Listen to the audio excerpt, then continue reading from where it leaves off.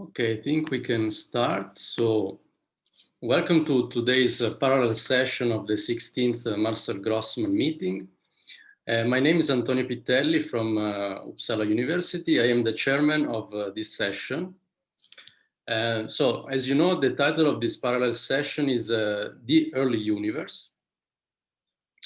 So, as you know, the focus of this parallel session should be a little bit more theoretical of the physics of the early universe. So now I have to tell you some maybe boring technical things, but indulge me. So the session will run from 9:30 roughly to 12:30. Today's speakers are Dr. Gabriele Barca, Professor Aurélien Barraud, Doctor or Doctress, maybe I should say Maria Berti from SISSA, Dr. David Benisti, Dr. Miguel Correa, and Professor Victor Borsevici. Every talk should last 20 minutes, and a friend's advice is not to go over time because you will get muted. After each talk, there are 5 minutes for questions and answers. And also important, as you probably noticed, the meeting is being recorded, and the recording is active because I was told to check it very carefully. And just a last comment about how to submit questions. So please submit your questions like when there are 5 minutes left, so after 15 minutes of the talk. And use the raise hand feature of Zoom you find it in the chat, I think, to book your time for questions. And then your questions will be answered in the question and answer 5 minutes after the talk. Again, in those 5 minutes in the Q&A, please say your name before asking your question so that the speaker can already understand who you are. And now I think we can actually start. So the rules are that the speaker activates webcam and microphone. So the first speaker is Dr. Gabriele Barca. All other participants, and I think also myself, please switch off mics and cams.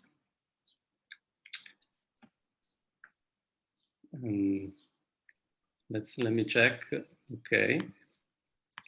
Okay, so we can start. So it's a pleasure to have Dr. Gabriele Barca from University La Sapienza in Rome.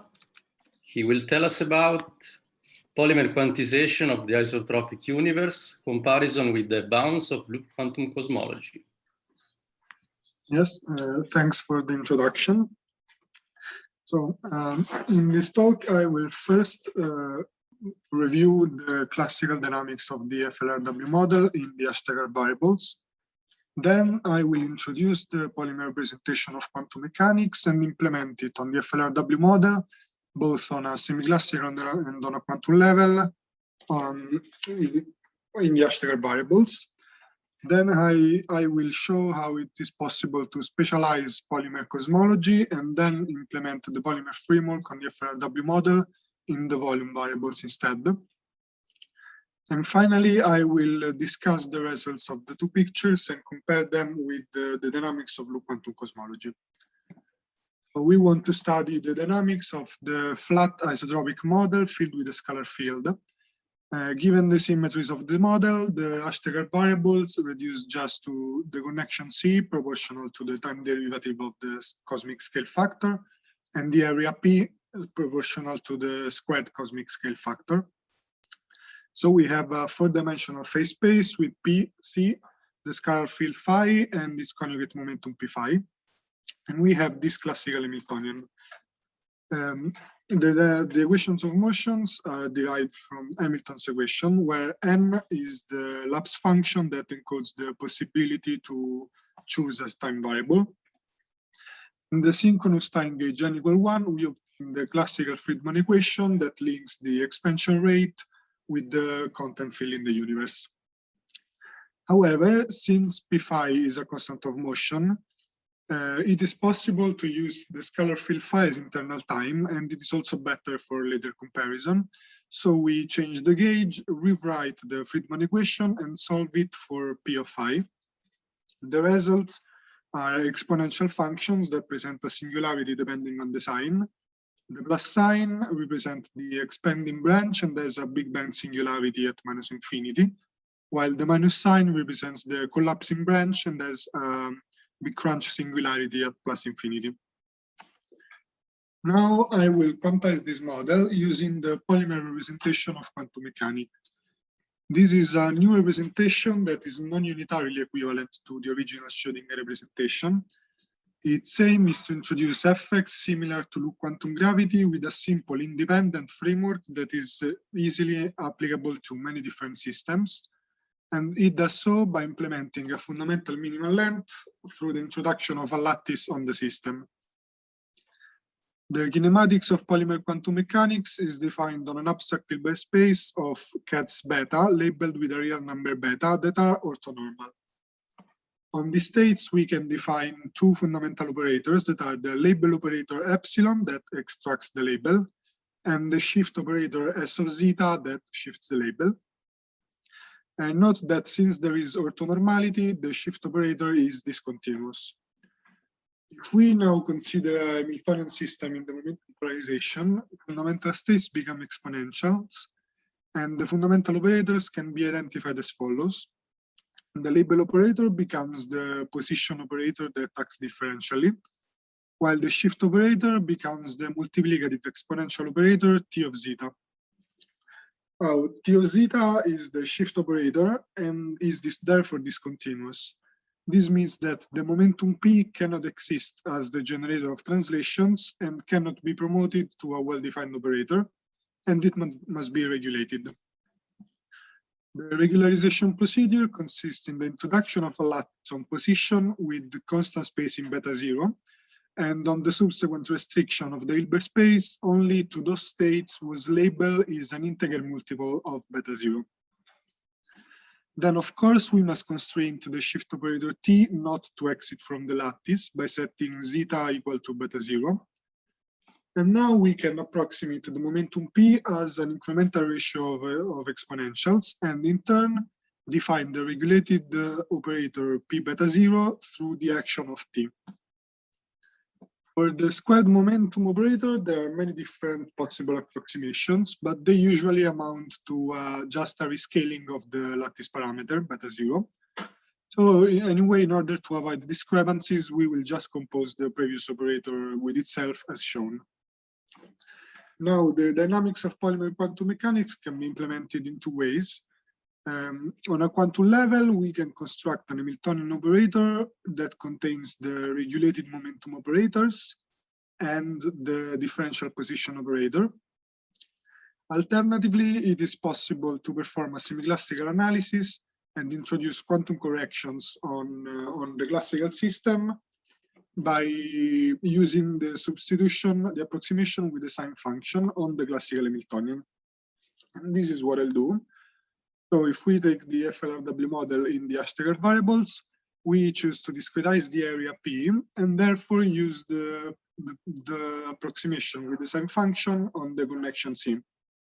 So we obtain these new equations of motion, and in the synchronous gauge n equal 1, we obtain a modified Friedmann equation where this new factor appears, where rho beta is a regularizing density that at this point depends on time through P. This new factor has a minus sign so that when the density of the matter content and the regularizing density are equal, the dynamics will have a critical point. Again, we can use the scalar field phi as internal time. So we change the gauge and rewrite the modified Friedmann equation and solve it for P of phi. The solution in this case, instead of just a single exponential, is an hyperbolic cosine that, as we know, has a non-zero minimum. Here we can see the evolution for P of phi. We see that the singularity is avoided and replaced by a big bounds. However, the critical density, that is the value of the density at the bounds, turns out to depend on the fundamental constant, on the constant of motion p phi, and therefore must be set by the initial conditions on the system. Let's see on a quantum level. We promote the fundamental variables to operators and obtain Wheeler-DeWitt equation. We can perform this substitution from the connection C to the variable x and recast the Wheeler-DeWitt equation as a massless Klein-Gordon-Lake equation.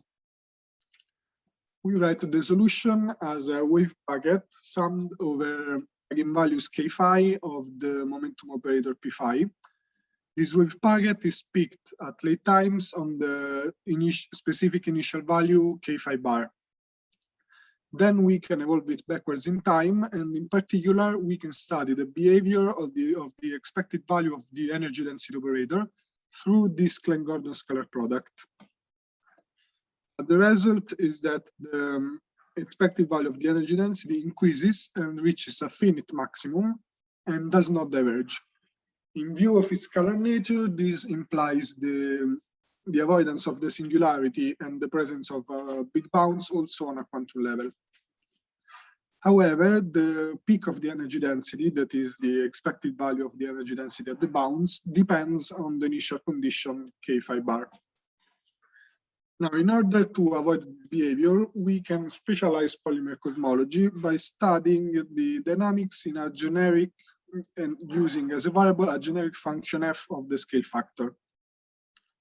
But then, of course, we choose to discretize it and implement the sign approximation on the new variable, on the new conjugate variable pf. Since f is unknown, we still have to find the equations of motion for p in order to find the modified Friedmann equation. The modified Friedmann equation is very similar to the previous case. However, the new regularizing density rho beta tilde depends on the ratio between the derivative of f and p. Therefore, if, as I said, we want to avoid the previous behavior and want to have a fixed regularizing density, we must have that f is proportional to the cubed scale factor. So in polymer cosmology, if we want universal bounds, we have to use a volume-like variable. And this is what we will do. We take the classical Hamiltonian and change the variable from p to the volume nu, proportional to the cube scale factor. Then we implement a lattice on nu, we discretize the volume, and therefore implement the sign approximation on the new conjugate momentum C tilde.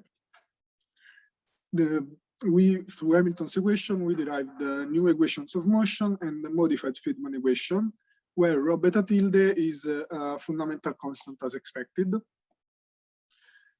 So we again use the color field phi as internal time, rewrite the modified Friedmann equation, and solve it for nu as function of phi.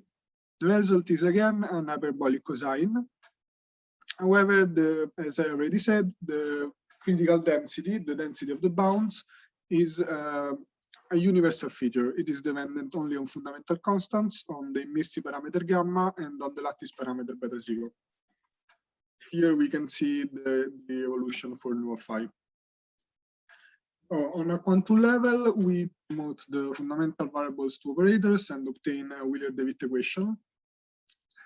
Through a substitution very similar to the one before from C tilde to X tilde, we recast the Wheeler-DeWitt equation as a massless Klein-Gordon equation, write the solution as a wave packet picked at late times on K phi bar.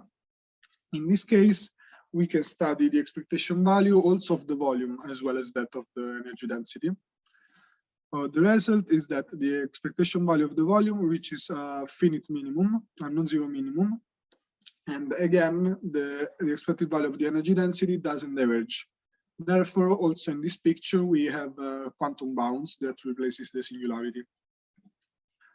In this case, we have that the minimum volume scales linearly with the initial value k phi bar, and as a consequence, the expected value of the energy density is constant, and the energy density, the critical density, is fundamental as it was in the semi-classical level.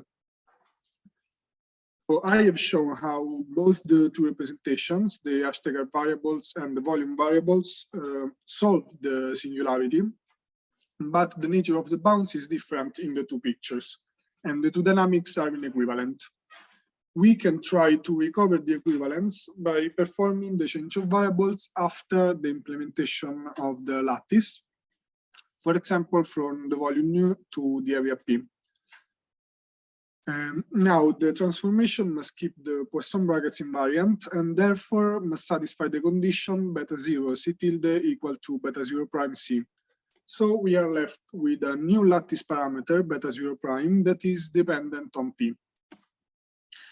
If we now try to derive the equations of motion for P and C from the ones for nu and C tilde, we see that they change, and in particular, the equation of motion for P seems to be mapped exactly to the original equation of motion for P in the Ashtecker variables. However, there is a key difference, that is now we have a lattice parameter dependent on P, and this changes the dynamics. And indeed, the resulting bounds is universal, as it would have been in the volume variables. However, at this point, the quantization with the beta 0 prime that depends on the variable P is very difficult and is a task that cannot be performed yet. So we concluded that the nature of the bounds is decided by the variable for which the lattice parameter is taken constant, and a change of variables after the implementation of the lattice doesn't affect the nature of the bounds, and also it is possible only at a semi-classical level. So, let me now compare our polymer framework with loop quantum cosmology. In loop quantum gravity, the Ashtecker variables are privileged, and one of the most important results is the area gap delta, that is the smallest non-zero eigenvalue of the geometrical area operator. In the first formulation of loop quantum cosmology, they used to implement the area gap delta on the mini superspace as a kinematical feature on the fiducial metric. This led to the mu-zero scheme, physically equivalent to our picture in the Ashtecker variables, with a bounds that depends on initial conditions. Therefore, they chose to implement the area gap delta as a dynamical feature on the physical metric instead of the fiducial one. This led to a lattice parameter mu bar dependent on the variable P. And then, in order to deal with the resulting problematic translational operator, they performed variables from area P to a volume-like variable V. Note how this is the opposite change of variables that we performed here. Now, the change of variables yields bounds that is fundamental, and that seems to be physically more appealing. However, this would seem not allowed in view of the privileged character of the Ashtecker variables in loop quantum gravity. However, we have just shown that if one accounts for a lattice parameter dependent on the variable, the dynamics become equivalent in the two variables. To summarize, I have shown how implementing polymer quantum mechanics on the FLRW model in the Ashtecker variables does solve the singularity, but in a way that is dependent on initial conditions. Then I have specialized polymer cosmology, has shown that implementing the polymer framework on the volume variables instead results in a bounce that is universal, with a critical density that is fundamental constant.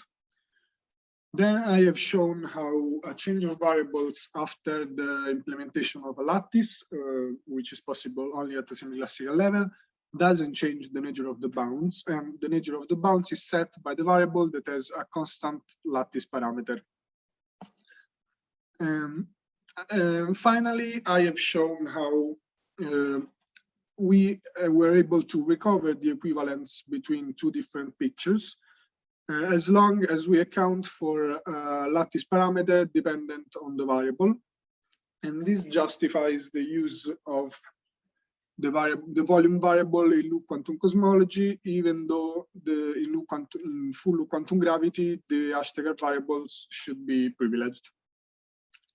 Of course, in order to say a definitive word on the quantum nature of the bounds, further studies are necessary, both in polymer quantum mechanics and in loop quantum cosmology.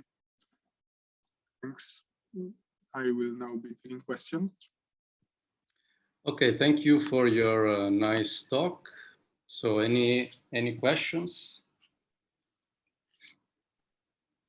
By the way, you can also just type question in the chat without the raising hand feature if you want. But so any questions? Otherwise, I have a question.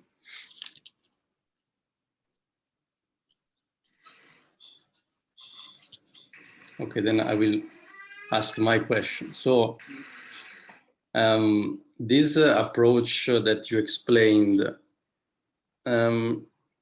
what I mean, I'm asking a kind of outlook question. No? So what kind of applications could have some further applications? For instance, can you tell something about, I don't know, the entropy of black holes or well, I know this kind of quantization, I mean. I know that there have been some studies that try to implement the polymer framework to quantize black holes with the polymer framework, but I have not read them. Yeah, I mainly study cosmology, so I don't see many black holes in my research. But yeah, I know that it is possible. And regarding entropy in particular, this is a study that we would like to do on the how does entropy, what happens to entropy with the bounds, because such a model doesn't have a precise beginning, so entropy may become a problem. That is a study that we would like to do later. And do you think, so more about cosmology, so how can this might be verified by observations? Well, with the polymer framework, actually the dynamics maps to the classical evolution pretty soon. Maybe we can look for some very small corrections, I don't know, for example, on the primordial power spectrum, but I don't know if they would be big enough to be observable with today's technology. But an intriguing possibility is that it has been shown that gravitational waves generated on the contractive branch could actually pass through the bounds, and they may theoretically be observable. So that might be an intriguing possibility. Of course, I don't know how could we be able to distinguish them from standard primordial gravitational waves, but still is something that may be worth researching. Okay, it's interesting. Okay, so Tiago Gonçalves raised hand, so please ask your question. Hi, thank you. Good morning or good afternoon. Maybe a very, very basic question as I'm just starting. I don't remember hearing about the Ashtecker variables. Could you say a little bit more about it? How do they arise? And Yes, when can they be used? The Ashtecker variables were formulated by Ashtecker, and when he was trying to rewrite general relativity as a gauge theory. So yes, if you use the Ashtecker variables, you can rewrite the action of general relativity as a gauge theory, and also they have an SU2 symmetry. That is also the reason for which they are privileged in loop quantum gravity, because then loop quantum gravity starts from a generalization of the Ashtecker variables. Okay, thank you very much. Thank you. You're welcome. Any more questions? We have a couple of minutes for another question.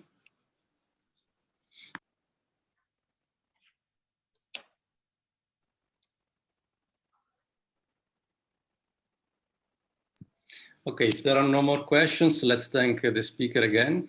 Thanks to you. with this nice feature of reactions. Okay.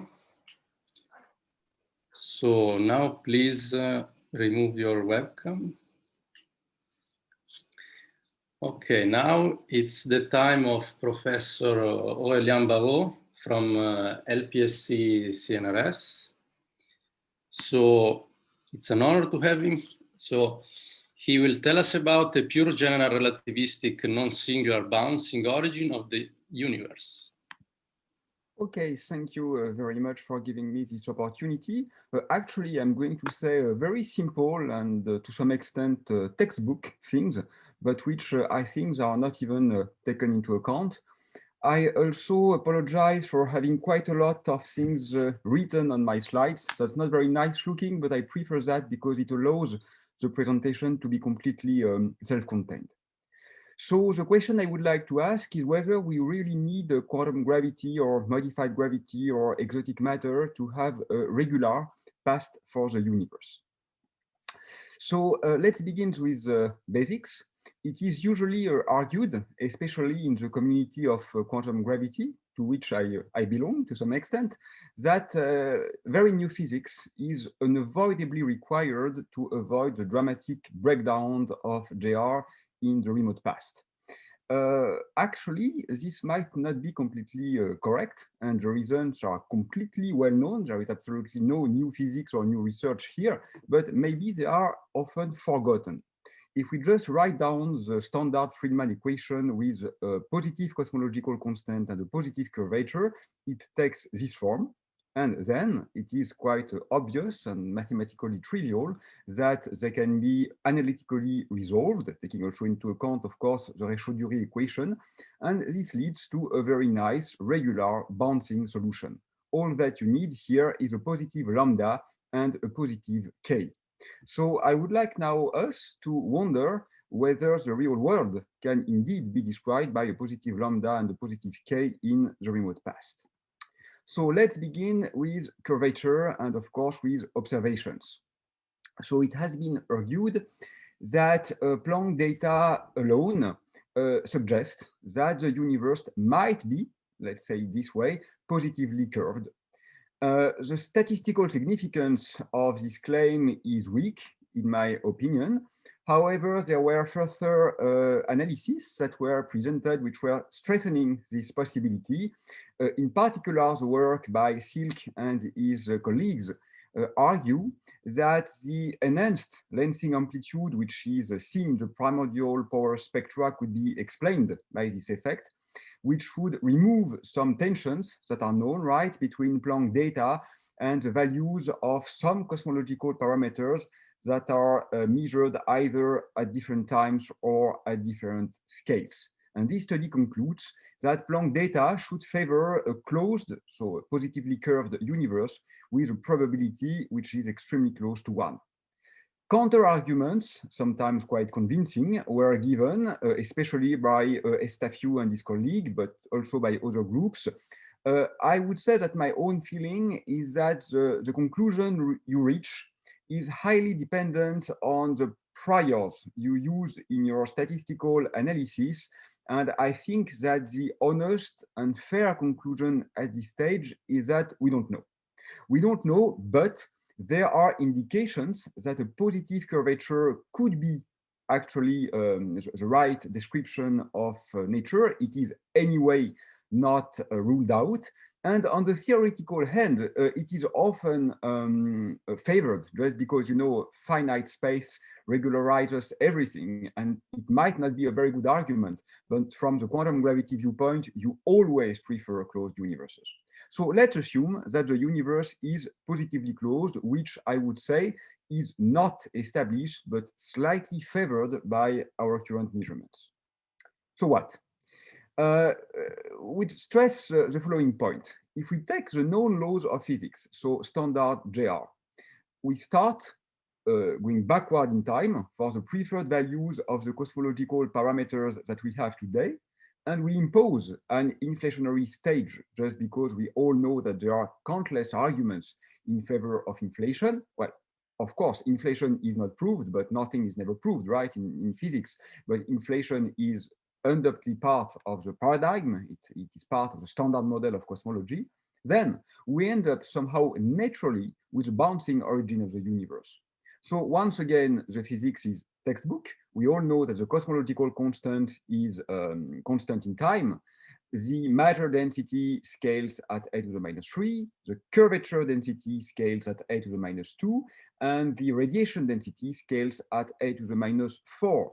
So it means that when you start from today, you go backward in time, of course, the curvature density will increase, will decrease, sorry, the relative contribution of the curvature density will decrease. At the rating, at the end of inflation, it will be the smallest possible one. But the point is that if you go still further in time, then the curvature density will increase when compared to the rest, just because the rest is now probably a scalar field or something like that during inflation, which means that it has a constant behavior as a function of time. So when you go backward in time, the density of matter or radiation is now encoded somehow in a scalar field, which is constant, but the curvature density continues to grow. So the point we have to keep in mind is that if the universe is positively curved, the contribution of the curvature density to the Friedman equation is the smallest just at the rating time. Then it increases to the past and it increases to the future. So you can very, very easily, that's once again completely a textbook for your master students, compute the density of curvature at the rating as a function of its value today and the density of radiation as a function of its value today.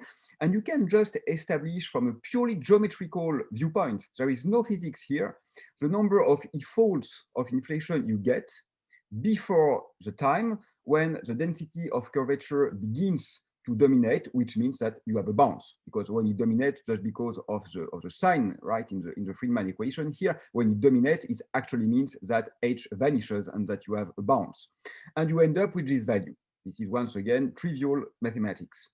And the interesting point is that if you put numbers here, you put the density of curvature, which is favored by measurement of Planck.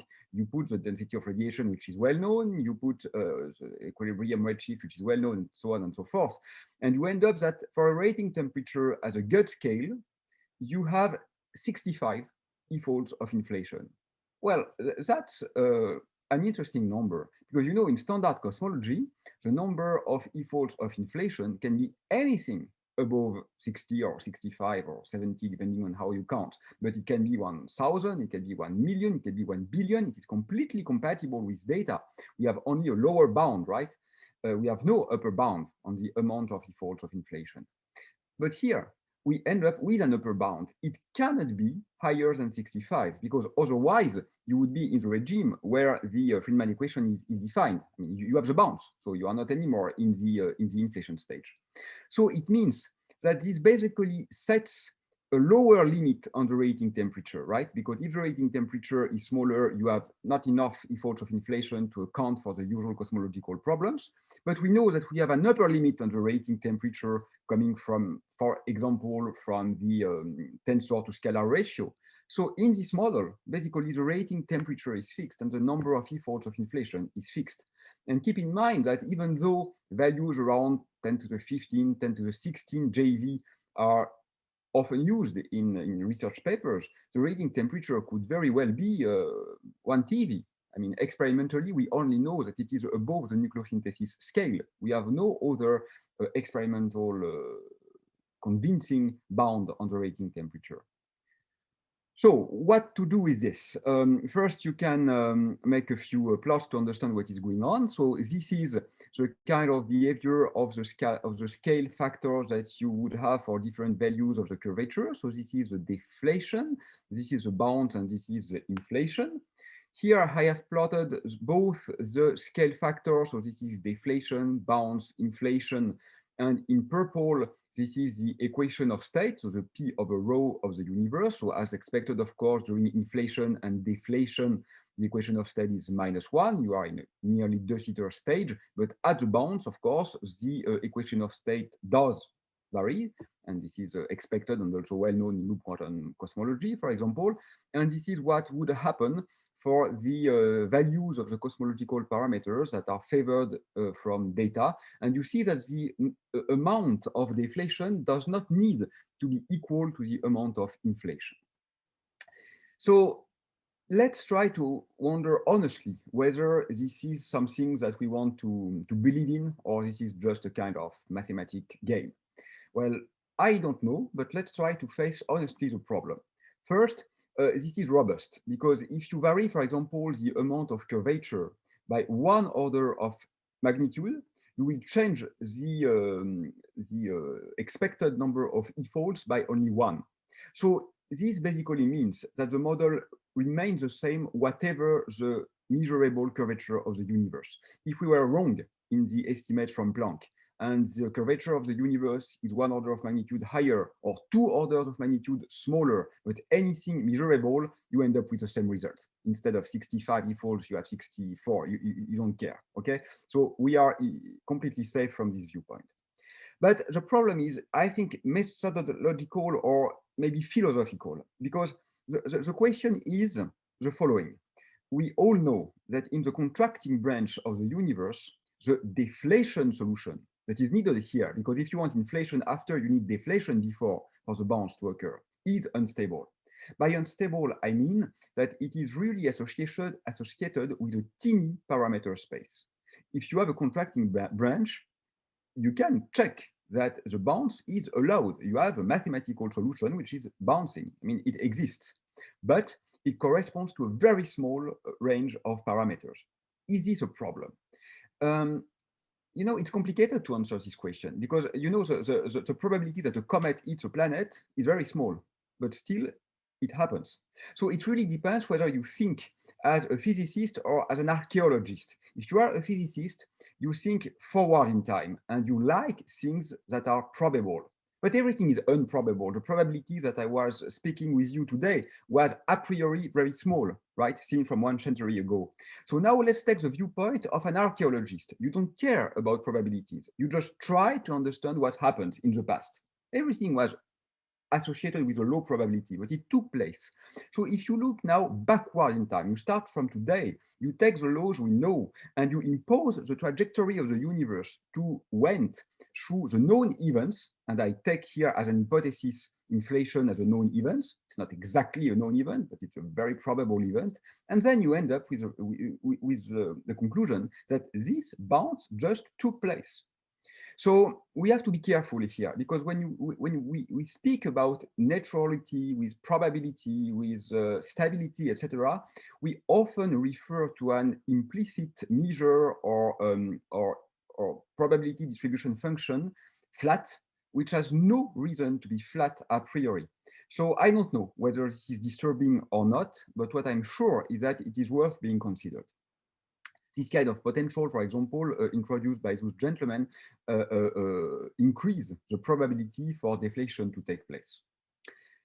Okay, so another point is that in this model, when you go backward in time, you never reach the Planck density because you never go above the inflation energy density. So in this model, the universe never approached the quantum gravitational regime. So although I personally like very much quantum gravity, the argument that quantum gravity is needed to explain the past is simply wrong in this setting.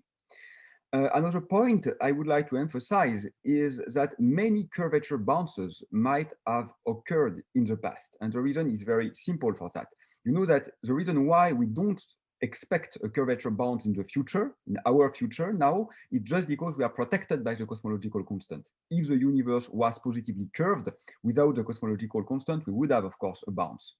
When you go backward in time in the contracting branch, that's exactly the same.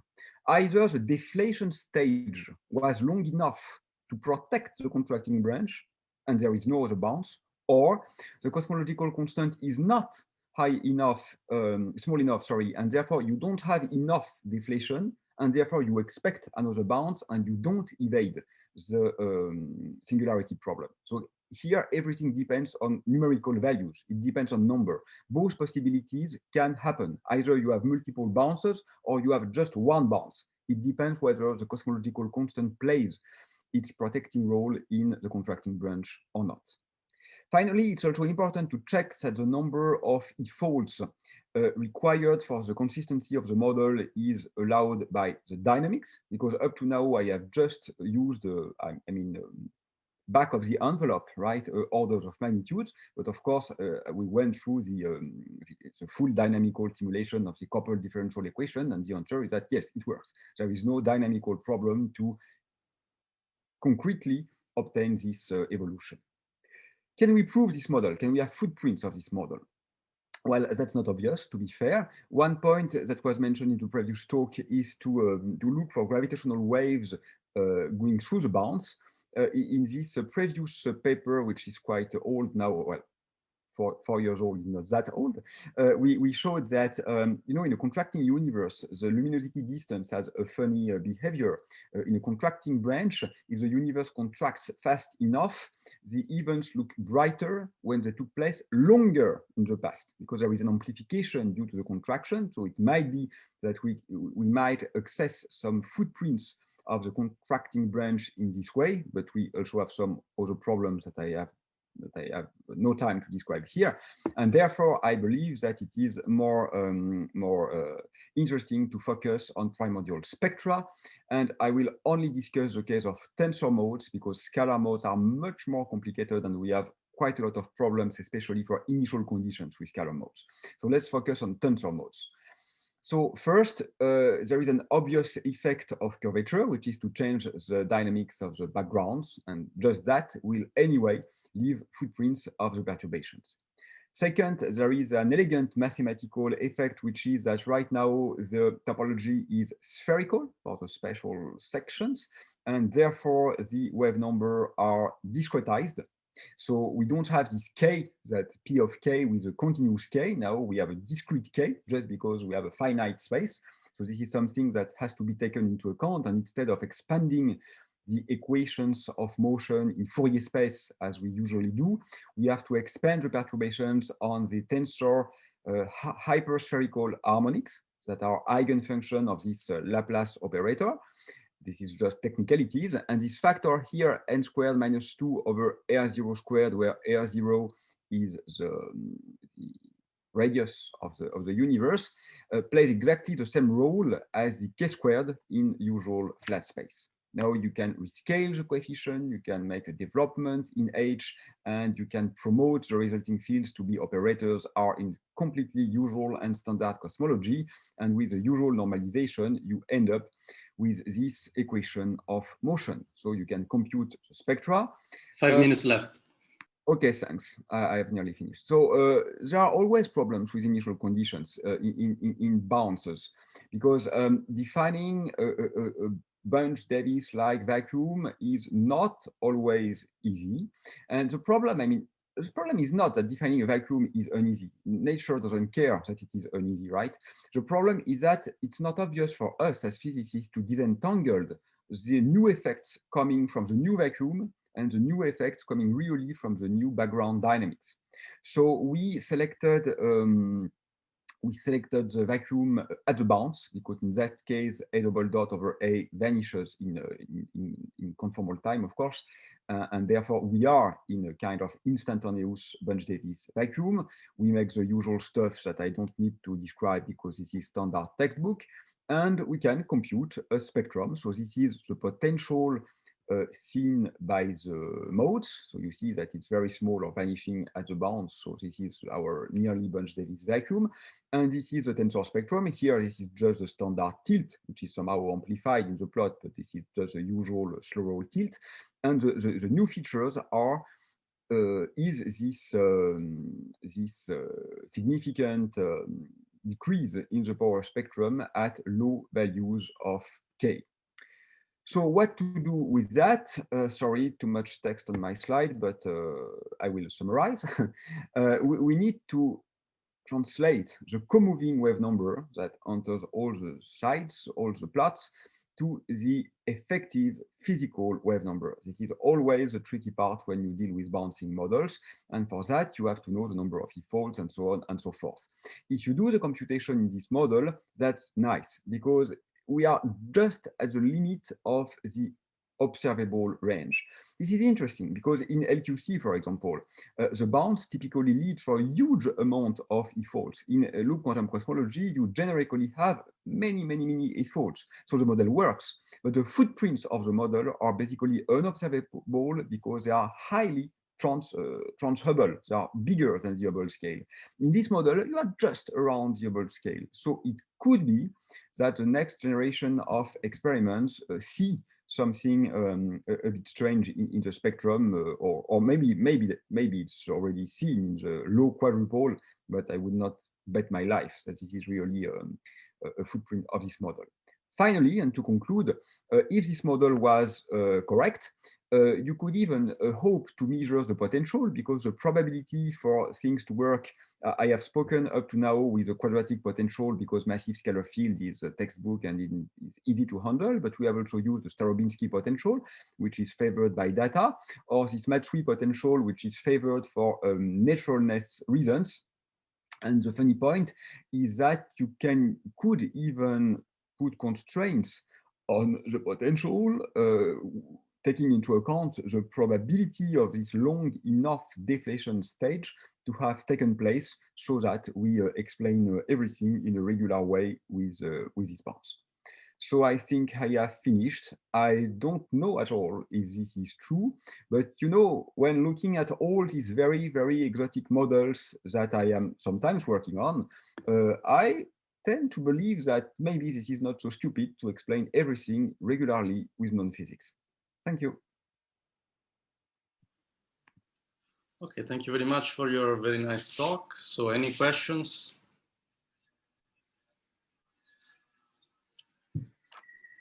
I have a question. Yes. Go ahead. I want to ask just like why always a perturbation method is needed to discuss inflation? All this, you see, perturbation matter. Sorry, can you rephrase the question? I didn't understand. I just want to ask why a perturbation method, some Fourier analysis, is always needed to discuss inflation, to discuss spectrum.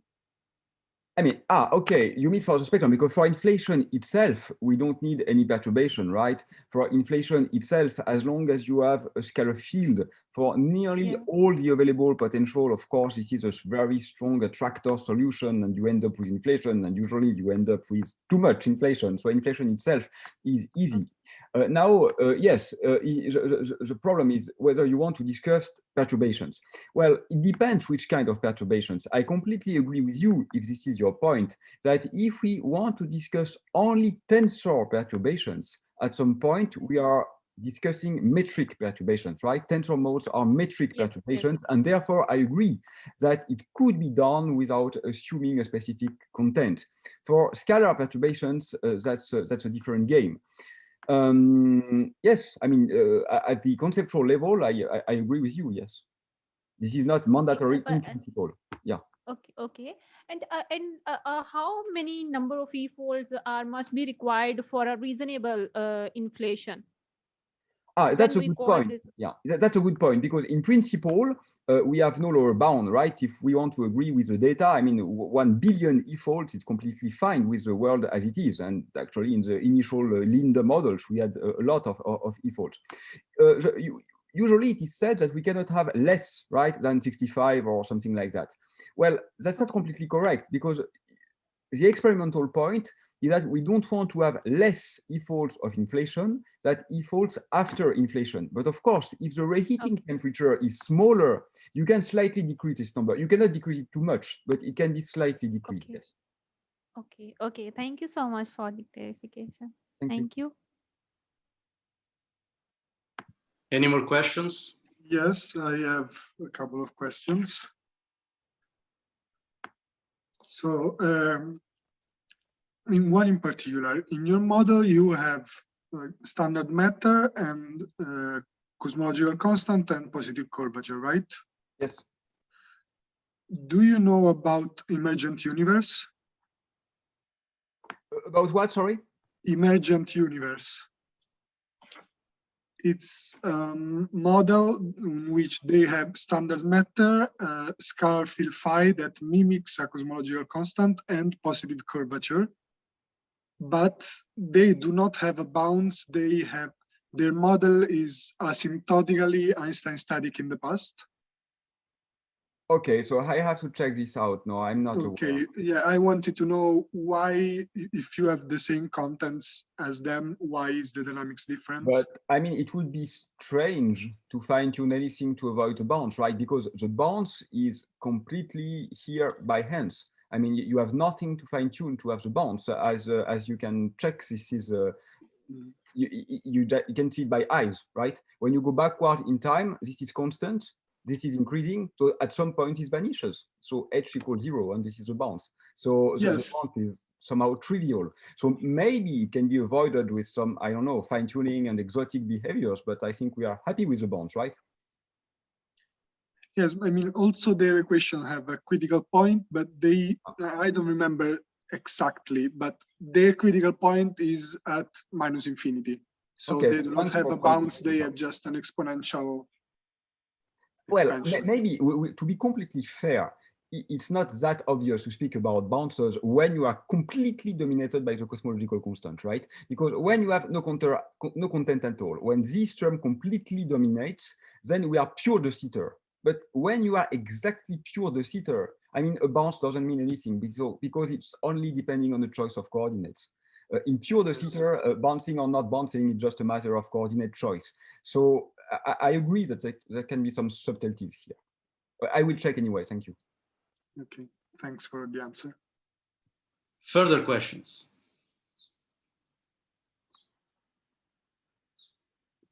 Okay, we'll ask a question. So I liked your sentence, might be positively curved.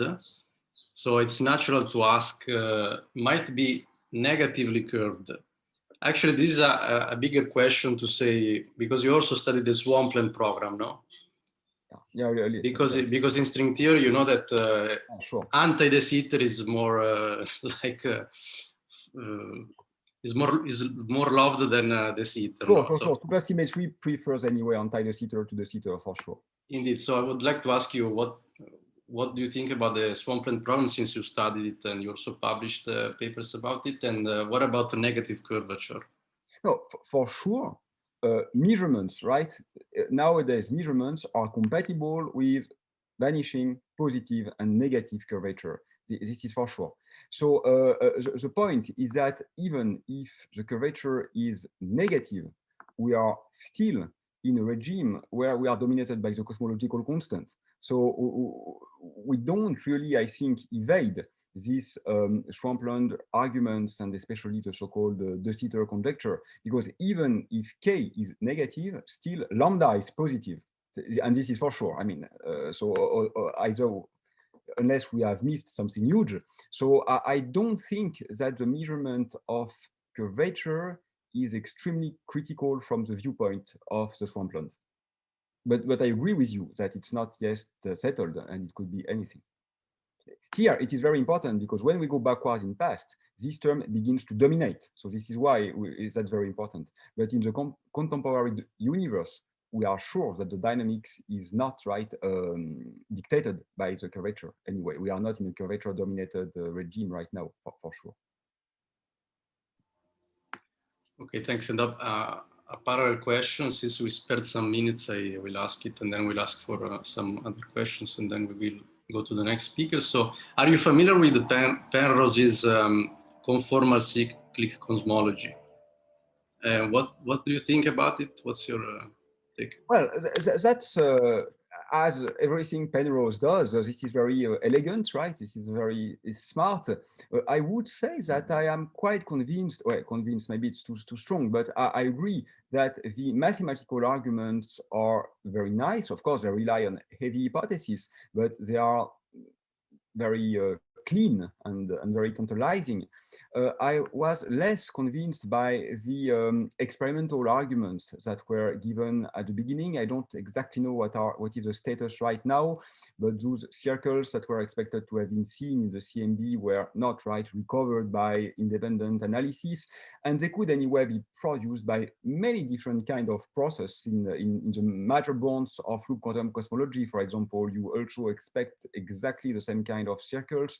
So I assume this would probably be true also in multiverse scenarios when you have colliding bubbles, etc. So I think that both the statistical evidence for the detection and the meaning of this very possible detection are weak, but still the main idea, of course, is very, very nice. Yeah.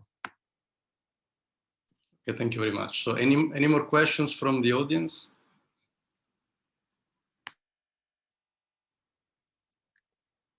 Thank you.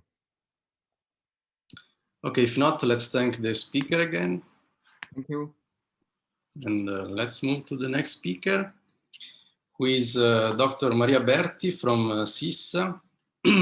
She will tell us about constraining, no problem. Constraining beyond lambda CDM models with 21 centimeter intensity mapping forecast observations combined with the latest CMB data.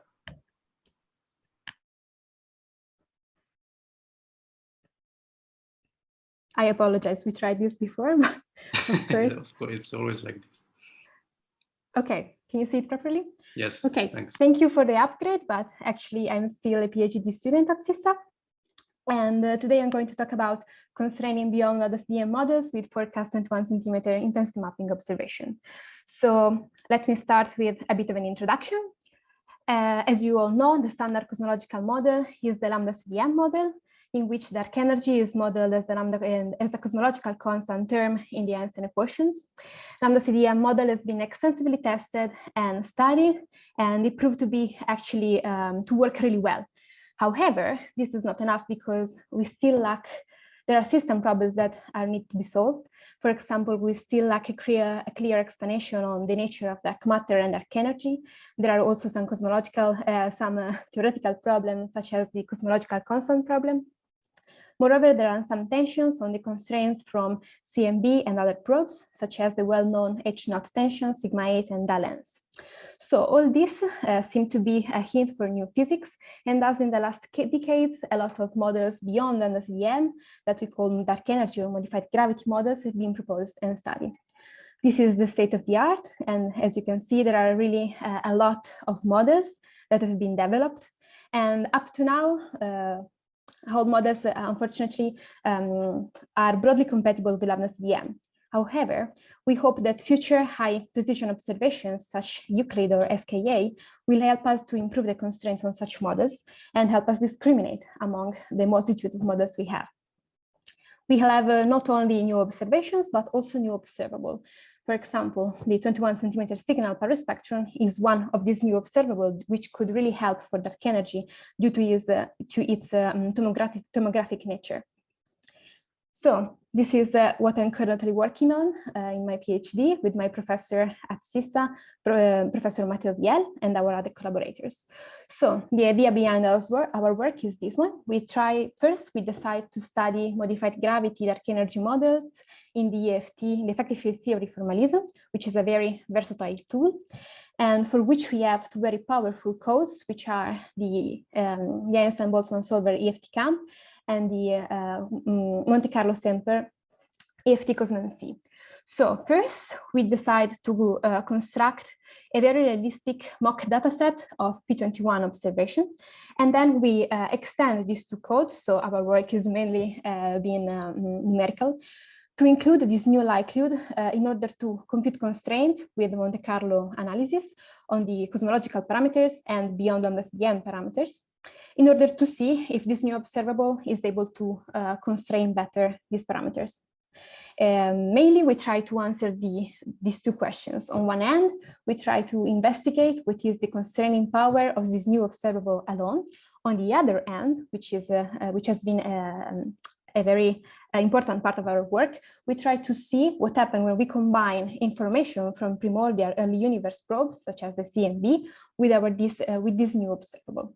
So in the following, this will also be the structure of my presentation. I will introduce to you EFT and this new observable, and I will summarize our most important results. Effective field theory, as I imagine you know, is a general theoretical technique which was first introduced for inflation and then applied to describe late-time cosmic acceleration. Recently, it was also adopted in a cosmological scenario to describe large-scale structure. I won't go into details, but the general idea when we use EFT for late-time cosmic acceleration is that we want to construct the most general action to be effective and unifying. Effective here also in the sense to be easily interfaced with observations, so to have a model-independent tool to test modified gravity models without relying on a specific model, and unifying in the sense that it includes as special cases as many dark energy modified models as possible. So basically, this is the action that we get. The main idea behind the construction of this action is this one. We foliate the spacetime by choosing a preferred time slicing, and we construct the action in a perturbed prime-element Robertson-Walker kinetic, and we construct the action with all the operators that remain invariant under the residual spatial symmetry. So as you can see in the action, each term, each operator is multiplied by a time-dependent function that we call EFT functions. Just to note that the first three functions in the first row are also called background functions because they affect both the evolution of the background and of the perturbations, while the other are multiplied second order operator and affects only the perturbations. As you can see here, we can do two things. We can tune and decide the evolution of each EFT function and thus test the effect of each operator in the action. But on the other hand, we have very well-known prescription to map each function in a very well-known, in the most known dark energy modified gravity models. So we can use both a model-independent approach and also very smoothly switch to a specific model. So this is the power of this of the formalism. As you clearly see, we recover the lambda CDM limit when all the EFT functions are set to 0. Okay, when we have the EFT function, we can proceed as usual, computing the Einstein equations and the Friedmann equations. And once we have all our set of equations, we can solve them numerically with what we call Einstein-Botswan solver. In this case, we use the code EFT-CAM, which is an extension with the very well-known CAM, the very well-known code, sorry, CAM. And we use EFT-CAM to compute observables, such as the CMB Baroque spectra, the matter Baroque spectra, and in our case, we compute with CAM also with EFT-CAM also the P21 Baroque spectra. Once we have our observable, we can compute the constraints using statistical Monte Carlo Mark constraint analysis. EFT models have been studied in literature, however, no significant evidence beyond lambda CDM was still found. So we ask ourselves these questions. Could a new observable, such as P21, help us constrain such models beyond lambda CDM? Let's see more in detail what this observable is. The 21 centimeter signal is a signal that arises from the spin flip transition in the neutral hydrogen atom. As you know, there is an hyperfine structure for which the state, the ground state in the neutral hydrogen, in which the spins of the proton and the electron, the state in which the spins are parallel is slightly more energetic than the state in which the spins are anti-parallel. So the transition from the higher state to the ground state emits a photon whose wavelength is 21 centimeter. This transition is highly forbidden and is really unlikely to be able to see it in a laboratory environment. However, given that neutral hydrogen is the most common element in the universe, we can observe this signal in astrophysical and cosmological probes. In fact, in the very large clouds of neutral hydrogen in the universe can emit the 21 centimeter signal from a background radio source, which usually is the CMB. We can detect this signal as a spectral line with radio telescopes. So what we are going to measure on Earth is the brightness temperature, which will depend on three other main temperatures, which are the temperature of the background source, that is the temperature of the CMB, the temperature of the medium, so of the large cloud, which corresponds to the temperature of the intergalactic medium, and the spin temperature, which sets the population of the hyperfine level with respect to the ground state, which means that is set, as you can see here, the ratio between the number density of hydrogen atoms in the excited state with respect of atoms in the ground state. What we are actually interested in are fluctuation of the brightness temperature. Here you can see the evolution of the fluctuations and evolution of the mean fluctuation in time. As you can see here, with this observation, we can probe actually a lot of the evolution of the universe, and we would like to fill the gap that we have from early universe probe to late time probes. So this could be really useful in this. And fluctuations of the brightness temperature will depend on the temperatures I just showed, on the matter distribution, and on XH1, which is the residual distribution of neutral hydrogen after ionization. In fact, as you see, there are two different regimes, one in absorption, when the temperature of the CMB is still higher than the temperature of the intergalactic medium. And when instead the reionization begins, the situation is flipped. In fact, CMB has cooled down, while instead the intergalactic medium temperature has risen up due to the new objects that are forming.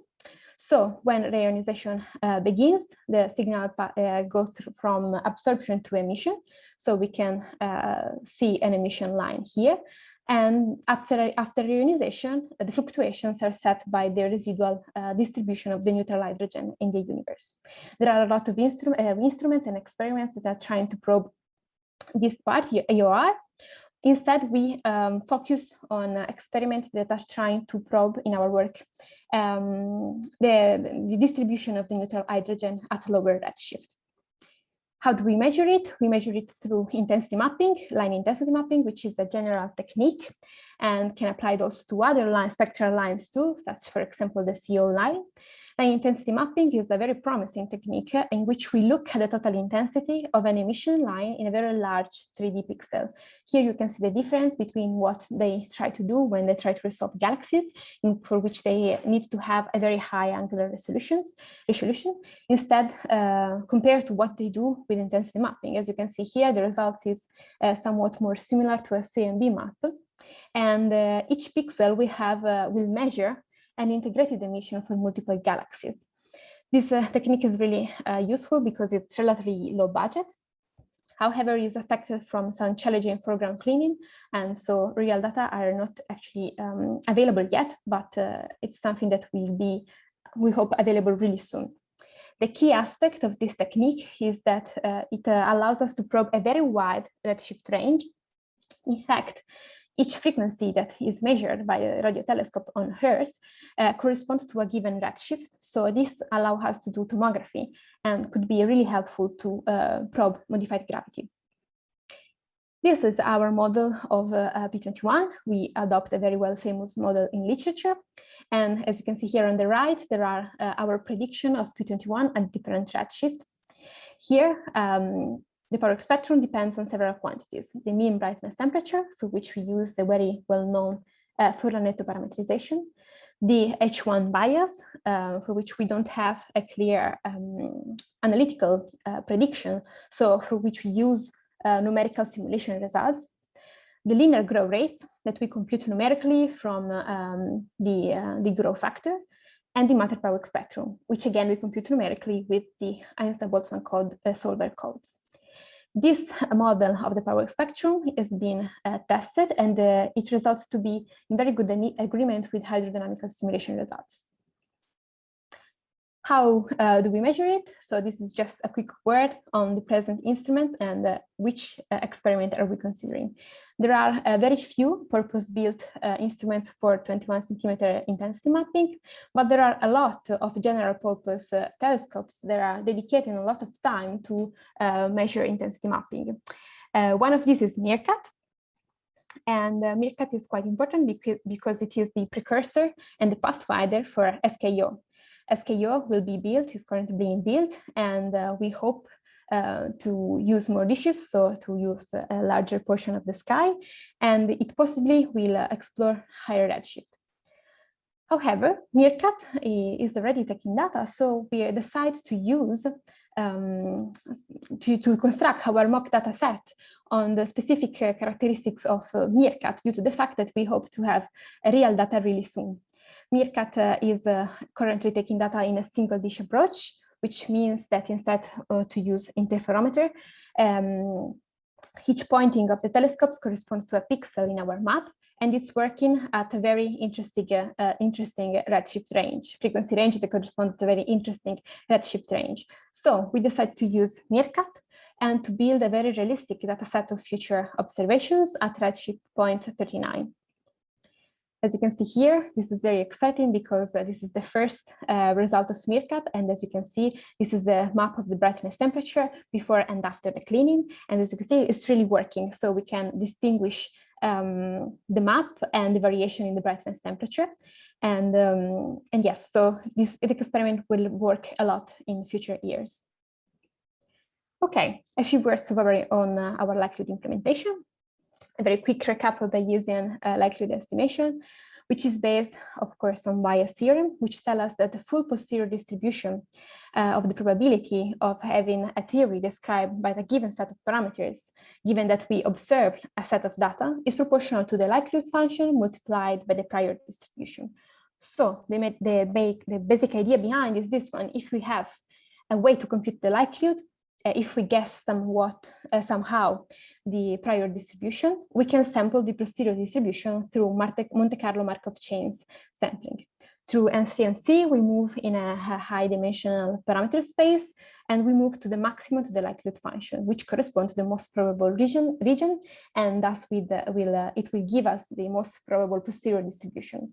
Once we have the posterior distribution, we try to compute three things: confidence regions, marginalized posteriors, which are computed by integrating out in the full posterior distribution all the parameters we are not interested in. And from the marginalized posterior, we compute the confidence levels, which are the mean values and the errors. So in our analysis, we will do precisely this, and we will try to compute constraints on the cosmological and EFT parameters. The ingredients that we need, and so what we did in our work are these one. So first, we need a tool to compute theoretical prediction, for which we use EFT-CAM, which we modify and extend in order to compute also the power spectrum of the 21 centimeter signal. Then we need a set of observations, which are not available yet, so we construct a mock dataset of forecast observations. We compute the likelihood, which we assume to be a multivariate Gaussian function. And then with an MCMC code, we sample the parameter space, for which we use EFT Cosmos C that we modify to include also the likelihood function. So all this seems actually easy, but has been the main part of our work. So we extended this code and we proof check our modifications. This is our mock dataset. And as you can see here, thanks, we model the errors on Meerkat observations, while instead central points are computed scattered randomly the theory from lambda CDM. So just an overview of our results. We tested our likelihood first in a reference lambda CDM constraints. Then we studied the effect. We always studied the effect of P21 alone and combined with CMB Planck data. We considered a lot of different cases, but mainly two different pure EFT models, which means models in which EFT models in which we vary only one function, and we do not consider a specific dark energy model. As you can see here, this is very interesting. These are our prediction of P21 for two different parameterization of this function, and compared with our mock dataset. As you can see here, we actually expect to be sensitive to this observable, because as you can see here, modifying the parameters described in the theory really modifies P21. However, a bit of a spoiler, we won't be able to do this because these 21 points are still not enough to constrain alone all the EFT parameters. And on the other end, when we use it combined Planck is very strong, puts very strong constraints on these parameters, and so the variation which Planck will allow will fall well between the error bars of our model. So this is interesting, but we still need to perfection our instrumental characteristic. This is the data set that we use. We use Planck 2018 data, our likelihood, and this is just an additional likelihood coming from higher redshift forecast intensity mapping observations. So these are our results for only P21 in a lambda CDM scenario. And as you can see here, we don't have a very high constraining power, so we needed to fix tau. What is interesting is that there is a marked degeneracy between omega c and H0. We see that adding this background information from higher redshift intensity mapping observations significantly improved the constraints. In fact, with only 21 points of P21 and the 3 points of the background likelihood, we find a very competitive constraint on H0. What is more interesting is the case in which we combine our information with CMB. In fact, as you can see here, we have a significant improvement on the constraints on omega c and H0. This is because, as you can see here in the gray area, H0 and omega c from Planck are anti-correlated. When we intersect this with what we just saw that came from only P21, we have that the correlations are perpendicular, and we remove almost completely the degeneracy between H0 and omega c. And thus we get a very high improvement at the level of 60% and 70% on the error on these two parameters. We also tested that adding BAO does not produce very relevant effects in this scenario. Just to conclude, these are a summary of our results on model beyond lambda CDM. What's interesting here is that P21 alone, as anticipated, has no significant constraining power on the EFT parameters, but it's interesting to see. Apologize. But it's interesting to see that, yes, I apologize, sorry. Yes, results that we found are compatible with what you can find in literature. It's interesting to see that when we combine P21 with Planck, we get an improvement at a level of 10%. So we see that we are sensitive to this new observable, but we need to add more redshift bin and to do tomography, and we hope that this could help constraining beyond lambda CDM models. So just to summarize, we extended the code EFT CAM, EFT Cosmology C by implementing a likelihood module fully integrated with the original codes. We constructed a very realistic mock dataset at redshift 0.39 from future meerkat observations, and we tested the impact of P21 on dark energy models in the EFT framework. We found a very significant improvement on the constraints on omega c and H0 when we used P21 combined with Early Universe Pro, which is the Planck 2018 data, while instead on beyond lambda CDM the models we get an improvement at a level of 10%. What I'm planning to do next is to add other redshift bins, so to add a bit of tomography. And then we're planning to cross-correlate our signal with galaxy clustering and also to extend our likelihood to test other beyond lambda CDM models. Thank you. Okay, thank you very much for your very nice talk. So any questions from the audience?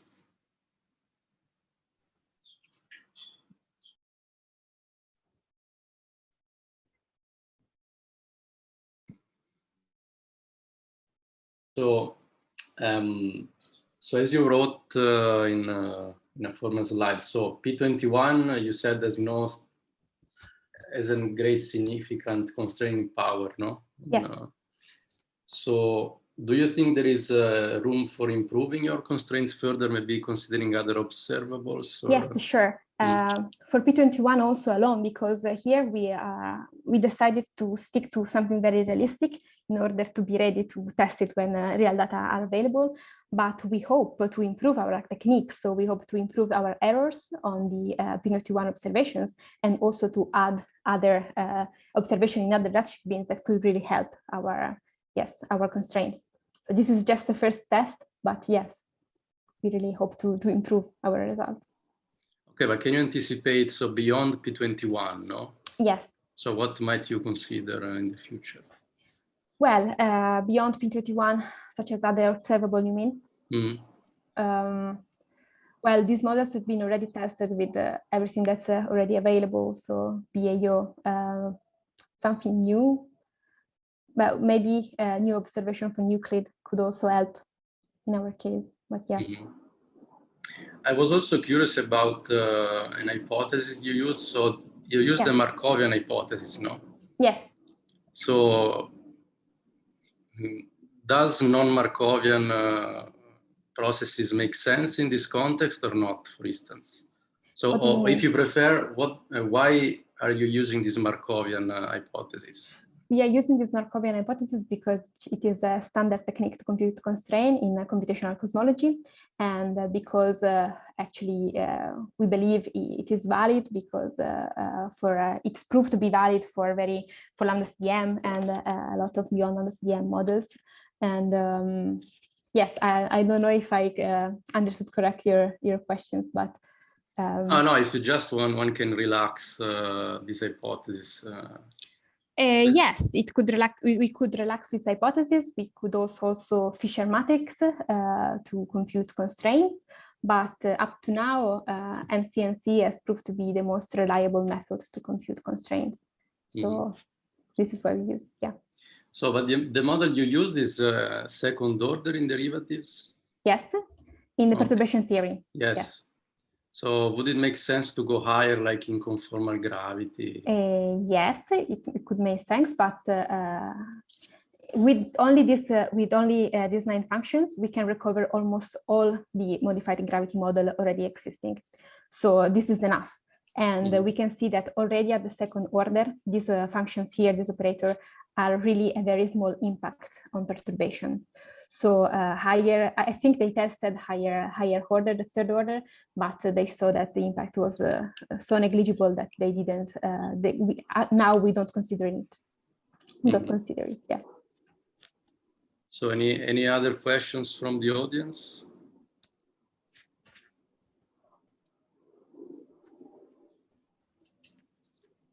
I will ask a couple of more questions. So yeah, of course, you were working in 4 dimensions, no?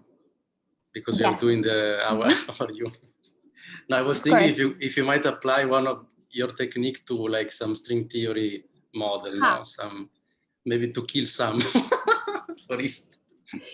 Okay, I'm totally not an expert on string theory because I'm more a computational cosmologist than the theoreticians.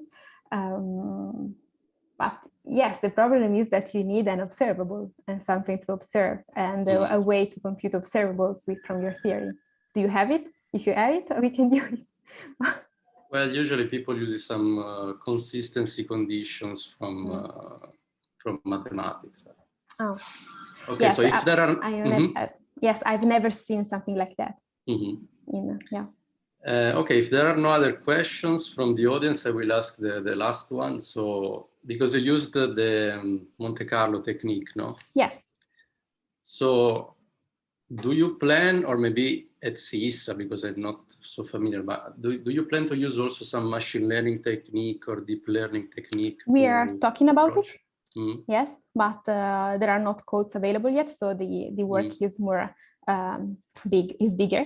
The work to do is bigger because we should begin almost from scratch, but it's something we are discussing. Yes, it could be really helpful because these simulations are really long. Each of the constraints I show you took more or less 1 week of computational time. So these new techniques could really help in going faster in this sense. Yeah. Okay, so if there are no other questions, let's thank the speaker again. Thanks. And okay, so let's move to the next speaker, who is Dr. David Benisti from Cambridge. So he will tell us about quintessential inflation from Lorentzian slow roll. Thank you very much. Only let me share the screen. 1 second.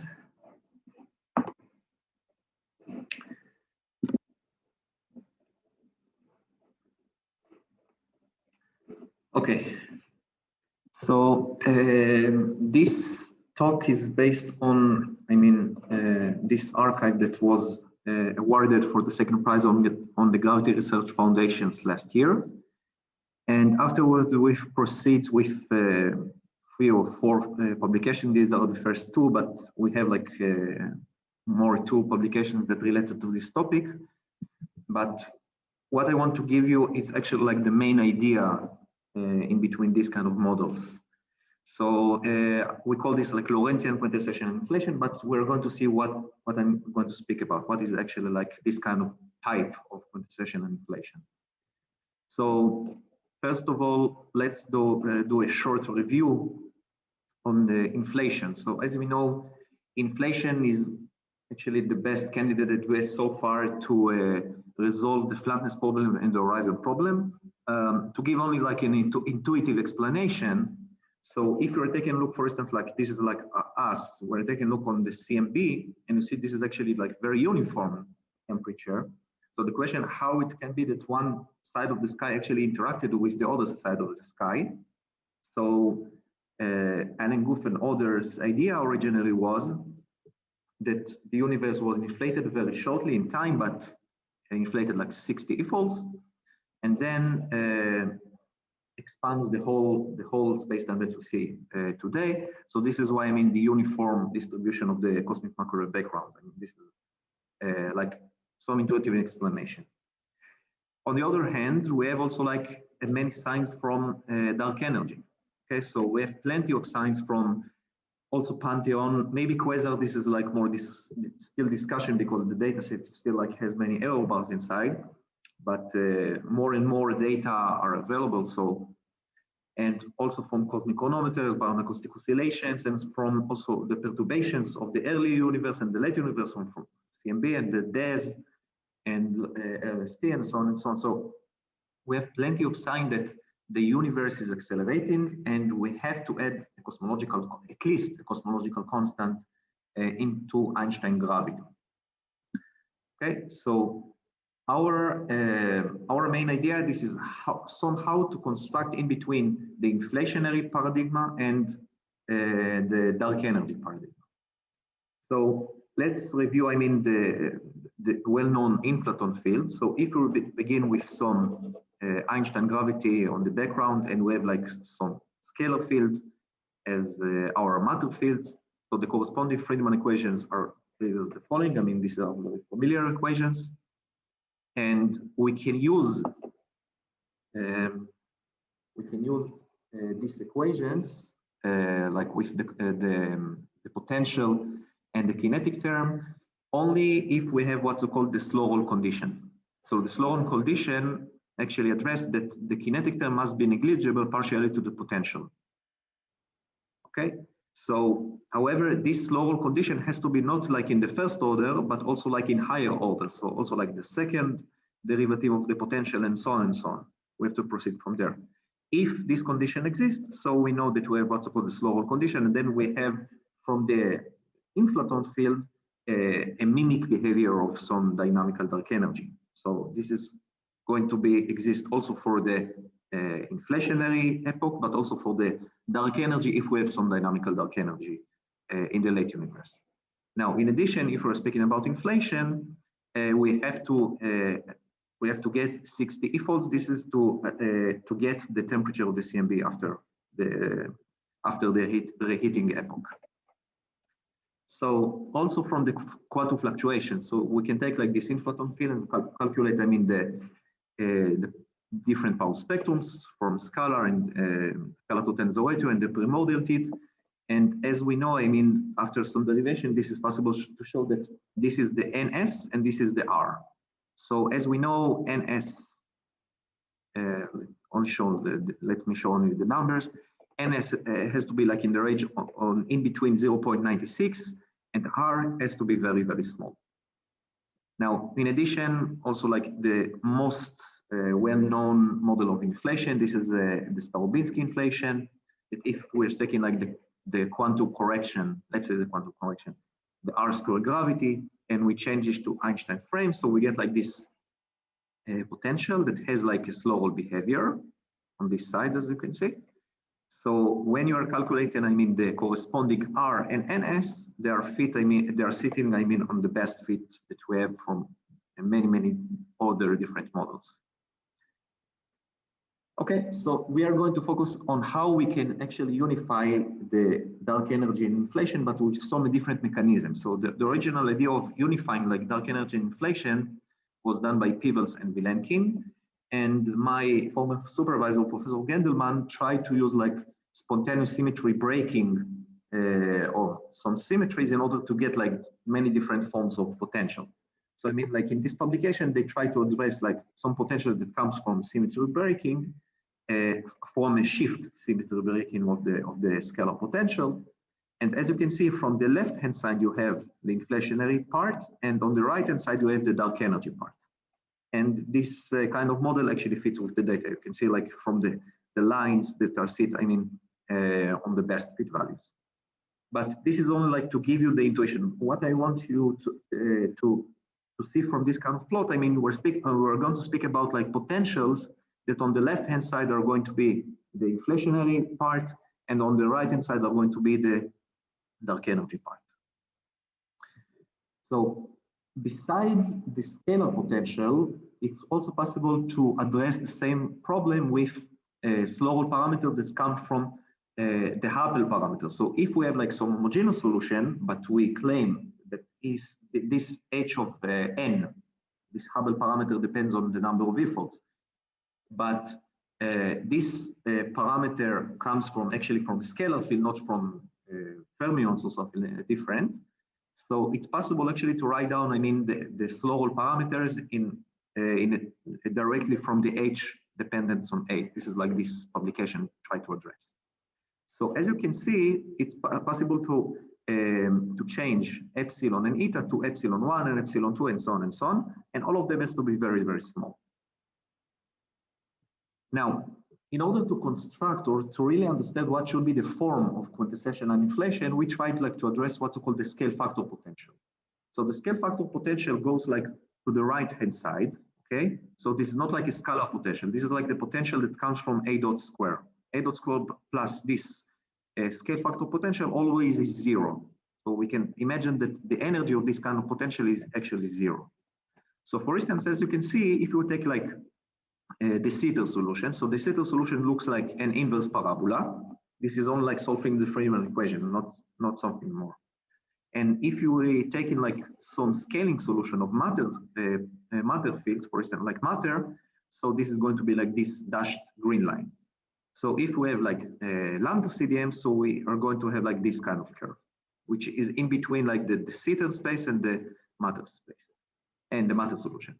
And again, this kind of potential goes from the center to the right-hand side because the scale factor always increasing. Okay, so this is not like a scalar potential that you can oscillate. Now, V of I, this is not U of A. This is like a different potential. I mean, it's possible to recover from U of A to V of I, but this is not the same one. Okay, for instance, what I told you about the oscillations. Now, we took only, for example, to see this is if the corresponding principle are actually works for inflation. We took actually the Stavinski inflation. So to remind you, I mean, we're speaking about like in the inflationary paradigm is around like this area. And we sit here for 60 e-folds for a long time, and more or less, I mean, we have the same value for the scalar potential. And after the end of inflation, actually it ends, I mean, around here when the smooth behavior stops, okay? And when the universe like oscillates around like the minimal point, this is actually like the particle creation. So as you can see, this is like the numerical, the U of A potential. So in the beginning of inflation, we have like inverse parabola, which is actually like the Sitter space. And at the end of inflation, it's actually, we proved it, I mean, mathematically, that it doesn't matter which kind of model of inflation you have. If you begin with U of A, the end of inflation should be at the minimal point, at this point, okay? So as you can see, we have like the beginning of inflation around like the Sitter space, and at the end of inflation, we have like a minimal point. Afterwards, we have like some mimicking solution of matter because we have like oscillating solutions. So oscillating solution on average is actually like matter solution, W equals 0 on average. So this is why we have like this kind of oscillations. But of course, for the real inflationary solution, we need to have some generation of particles and temperature inside. So we took actually like this kind of potentials. We found like some parameterization based on this U of A. But actually what we observed that if we begin with the first slow parameter, epsilon of n, and this is like the main statement of my talk today. If you begin with a delta function or a very approximate delta function, like for instance, like a Lorentzian function, okay, of this form. So on the left-hand side, you should have the inflationary part, and on the right-hand side, you should have the dark energy part. And the increasing value of epsilon, when you approach like above 1, this is actually like the end of inflation. So why we took this form? So this form, this is like the most simplest one, which is very close to delta function. Now, if you're calculating, I mean, the epsilon 2 and epsilon 3 and all of the higher derivatives, they are still very, very small. So I mean, they are coexist with inflationary conditions.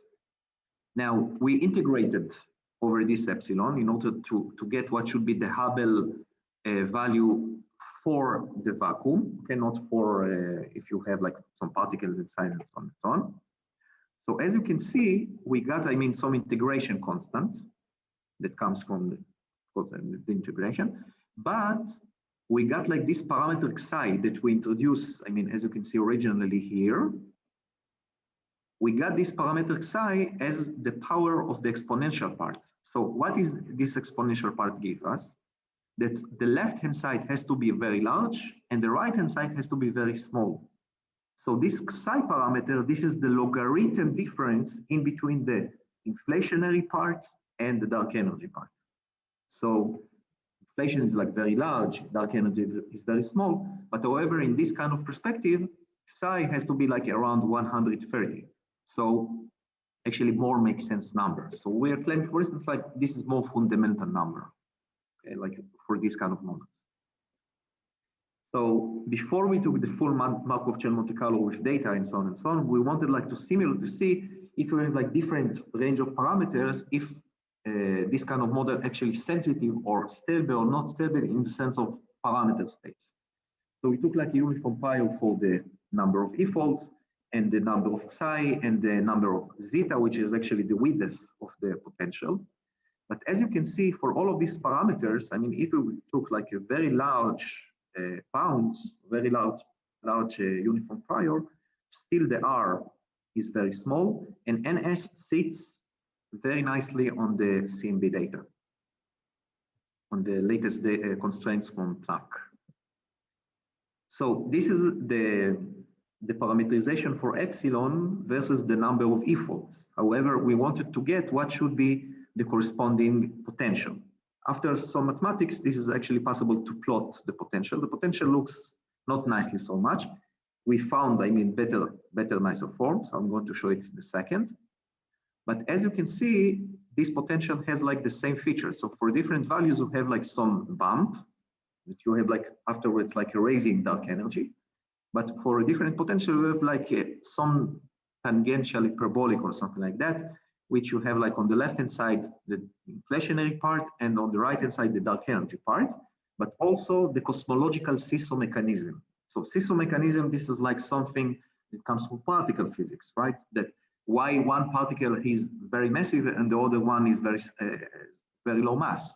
So here, this is like in the sense of cosmology, why one part of the universe has a very large energy density, the inflationary part, and why the late time energy density has a very small energy, small energy density. So we continue with this, it was published already in JCAP. So as you can see, we found like better form of potentials. So, and here in this paper with Salou and Jaume and my former supervisor, Professor Gendelman, we found, I mean, also like the fit with the Planck data, and also we found like some numerical solutions from the reheating epoch of the universe. I mean, when the kinetic part of the potential is dominate, and then you have like a transition to the other matter parts in the universe. So as you can see, I mean, we found actually very nice numerical plots that fit with the data. So in this paper also we try to address, we suggested some reheating mechanism. So the idea in this reheating mechanism, this is actually like the scalar potential, because from the left hand side to the right hand side goes from -infinity to +infinity. So we addressed like some mass for this additional scalar field, which generates the other particles. But as you can see, the mass of this particle reduced with larger values of phi, of the scalar inflaton field. So it's possible to show after some mathematics that the density of these additional particles goes like 1/8 to the fourth after the mass of this particle goes to zero, it goes to a very, very low value. So this is very similar or mimicking like a particle creation in that sense. So we suggested some also mechanism for generating particles after the end of inflation. So we wanted also to do like some data fit in order to see that this kind of models are actually fits with coexist with the recent data. So for simplicity, we use the CMB distant priors. They have like only three points, but the constraints from these 3 points of the CMB epoch are very, very strong. And also we use the Hubble diagram that had also the type 1 supernovae and also the quasars and gamma ray bursts. So we have up to redshift very high, like about 9. And we use also the cosmic chronometers and also the bound acoustic oscillations. So we used some collection of bound acoustic oscillations that we proved that is actually almost uncorrelated. So this is why we, like in this paper that I published with Denitsa Staikova. So we use like this kind of combination of BAO dataset. So as you can see, this is like the model without shoes prior, only like a uniform prior of Hubble parameter. 5 minutes left. Thanks. How many minutes? 2 minutes? 5. 5 minutes. Okay, thanks. So, so as you can see, I mean, if we use like the combination of cosmic chronometers, bound acoustic oscillations, star candles, and the CMB, so we don't have a very big deviation from lambda CDM, and also like these kind of models are actually fit with the data. But okay, so what is the very nice statement here? I mean, in one side you can explain why you have a very large difference in between the inflationary and the dark energy epochs. However, the behavior of the observed universe, so I mean after BBN, is almost not changing by much. Okay, with the correct numbers, of course, but still you don't have like completely different of the universe. So it does not change from lambda CDM by much. So the dark energy is emerging slightly after the transition from the inflationary paradigm. So with the shoes prior, as very natural to understand, the Hubble parameter is slightly larger, but not by much, but still very closer like to the value that measured by the latest data measurements. So, and this is actually my statement here. I mean, in one side, it may explain, I mean, I don't know if the origin of inflation, but to address some paradigm for the differences in between the inflationary and the late time measurements. However, the question, for instance, I mean, if this kind of dynamical model can explain the Hubble tension, to me for now, it's not, because this kind of model actually approaches lambda CDM very quickly, like approaches cosmological constant very quickly. So in that sense, I mean, it's going to approach lambda CDM, but only to change the number of parameters. And because we have like 6 known parameters in our universe, okay? So this is only like changing what should be the fundamental parameters and not adding like additional parameters, but still not give like some dynamical dark energy. So in order to solve the Hubble tension with this model, I don't see how it's resolving. However, still can explain the connection or disconnection, I mean the differences in between dark energy and the inflationary parts. So let's summarize. So if you take in actually any approximate resonance function or delta function form in the epsilon parameter, you can actually recover inflationary dark energy, so quintessential inflation, that one side, because of the integration constant, you get like one side on the left-hand side is going to be like inflation and the other side has to be dark energy. And because you're working like in some delta form, so also like the higher derivatives should be, I mean, not any function, but they should be small. And then it's possible to show that also the slower parameters work with the Planck data. And you get also what's called the cosmological seesaw mechanism, why the left-hand side and the right-hand side are so much changing one each other. And we also suggested some reheating mechanism that comes directly from additional scale. So this is the statement that I want to give today. Thank you. Okay, thank you very much for your very nice talk. Any questions from the audience?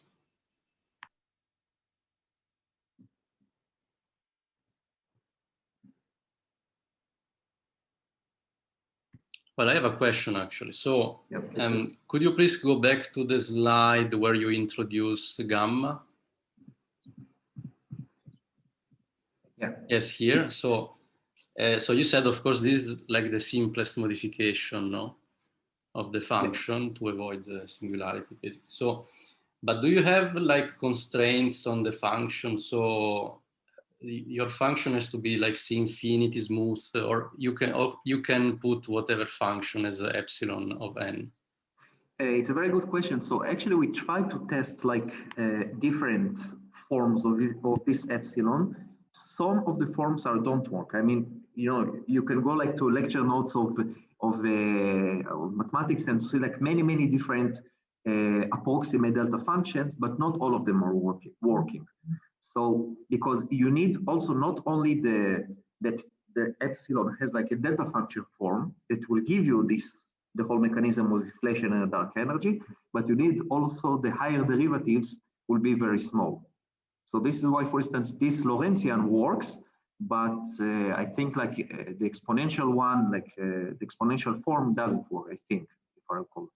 So it depends, I mean, on the function. Not all of the functions are working. Okay, thank you. No, that's interesting. I have a question. Please. Go ahead. David, I want to ask that what will be the meanings of a negative number of e-folds? Oh, okay. So very good question. So I didn't emphasize that. So I mean, we defined the n equals 0 as the center of this Lorentzian. So I mean, this is not actually, I mean, the n equals 0, this is here, okay? This is like the beginning of the observed universe or beginning of our universe, okay? So this is like, because we wanted like to define the center, that's all. So I mean, n equals 0, this is like on the left-hand side. Okay, and I want to just discuss something that recently we have some other phenomena in inflation, that inflation with constant roll. Okay. Okay, so it's just I'm discussing that is there any chance if we applied some constant roll approximation on this work? I need to know. What will be the results about this? I need to know more about the features of this constant roll.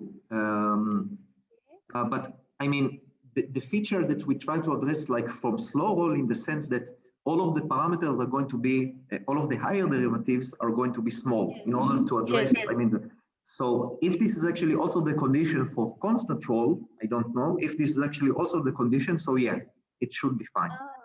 Yes, recently I have seen some papers in which the inflation is discussing it using a constraint of constant roll. And so I just want to inquire about this. Thank you so much. Yeah, you're welcome. Thank you. Further questions?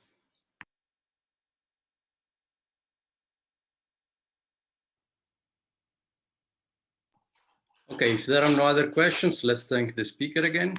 Thank you very much. Okay, now it's the time of Dr. Miguel Correa, if he's online. Yes. Can you, yes. Okay, thank you. So it's a pleasure to have Dr. Miguel Correa from Notre Dame University in South Bend, or maybe I should say KITP. Oh. And so he will tell us about warm inflation and its observational constraints. Okay, can you see my screen? Yes.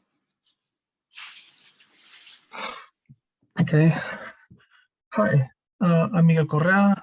I'm from the University of Notre Dame, still a grad student.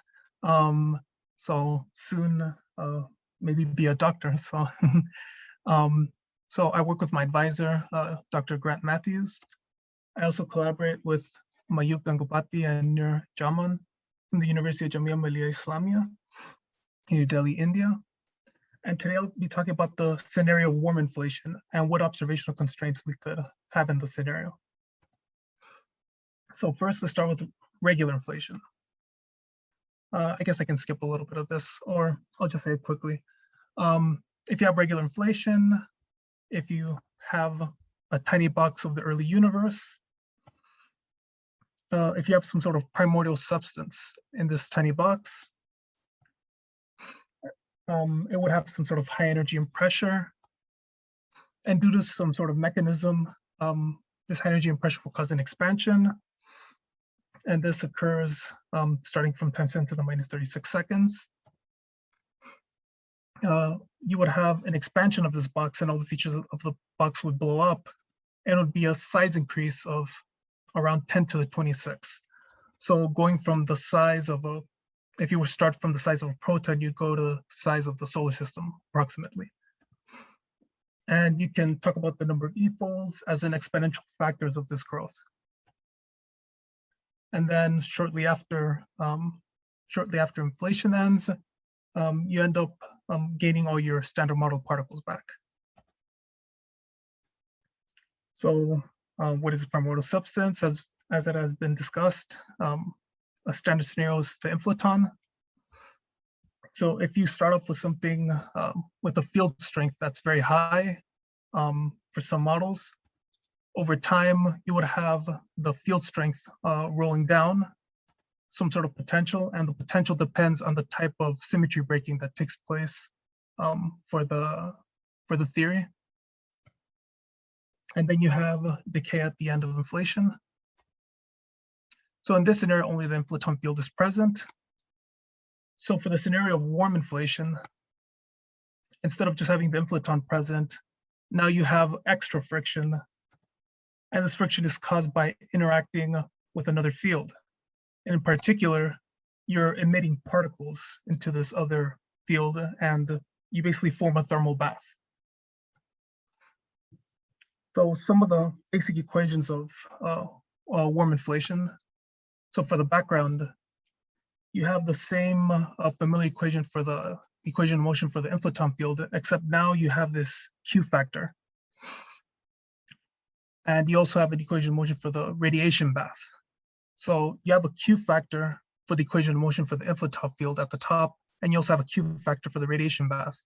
So you can think as the top Q factor as being a sink for the inflaton field, and the other one being a sort of source for the radiation bath.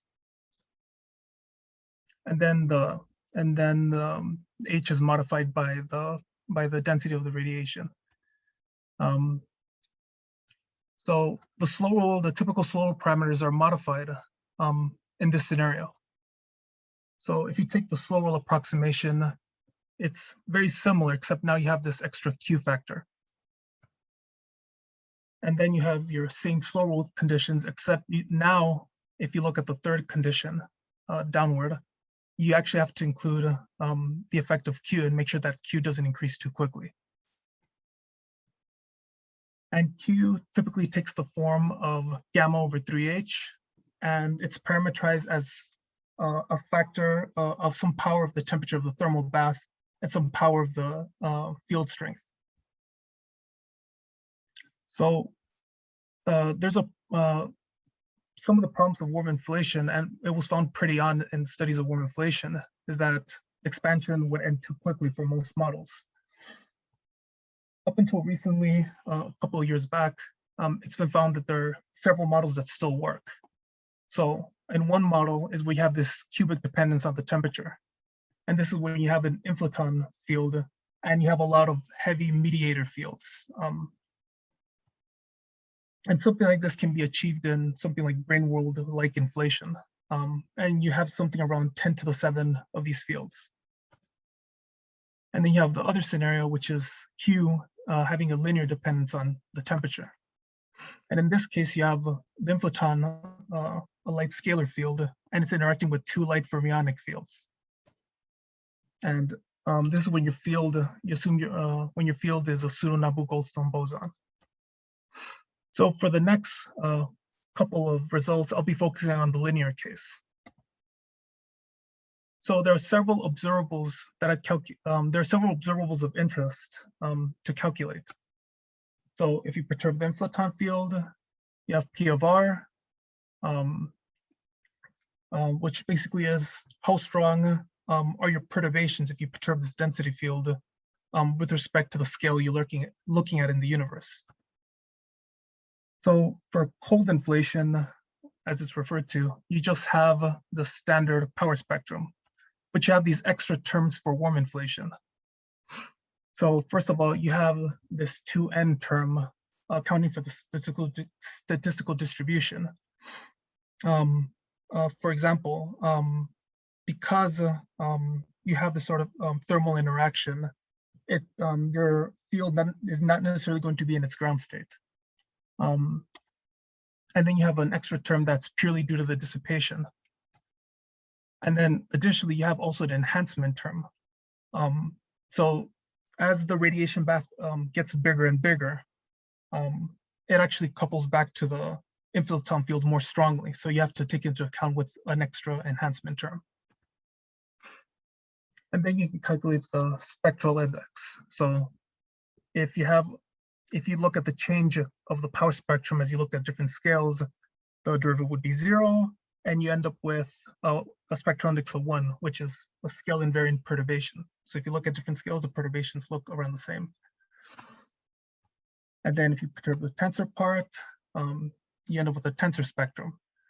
One peculiar thing to notice is that for warm inflation, the tensor spectrum actually isn't modified. That's because the radiation bath actually doesn't have too much influence on the tensor part. So combining the two, you can calculate the tensor to scalar ratio. And for 3 different types of potentials, I calculated what would be the observational constraints. So for monomial, for supersymmetry, and natural inflation. So these are the Planck contours, the 1 to 2 sigma. So if you look at the tensor scalar ratio versus the primordial tilt, the next graph will have the number of E-folds going that way, 40, 50, 60, 70. So first, looking at monomial inflation, it typically looks something like this. So as you can see, most of the models would fall outside the Planck contours. However, if you have something like 2 by 3 or k equals 1, it's much closer inside the constraints. So if you zoom in, really the one that's closer within the bounds is 2 by 3. So what about warm monomial inflation? So in this scenario, you'll notice, the first thing you'll notice is that the tensor to scalar ratio actually drops very quickly. And that's because the scalar part is actually enhanced by the warm inflation. However, the tensor part isn't changed. So it actually causes the ratio to drop.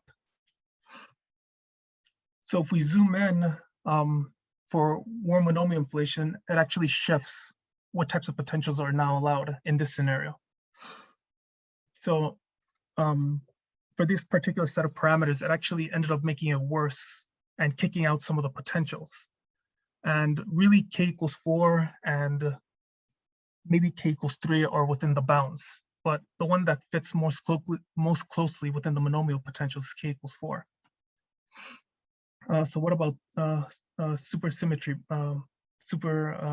spontaneously symmetry broken inflation? So for this scenario, you have this parameter alpha, which depends on how strong the, I guess how strong the loop correction is for this scenario. So it would be something much less than 1.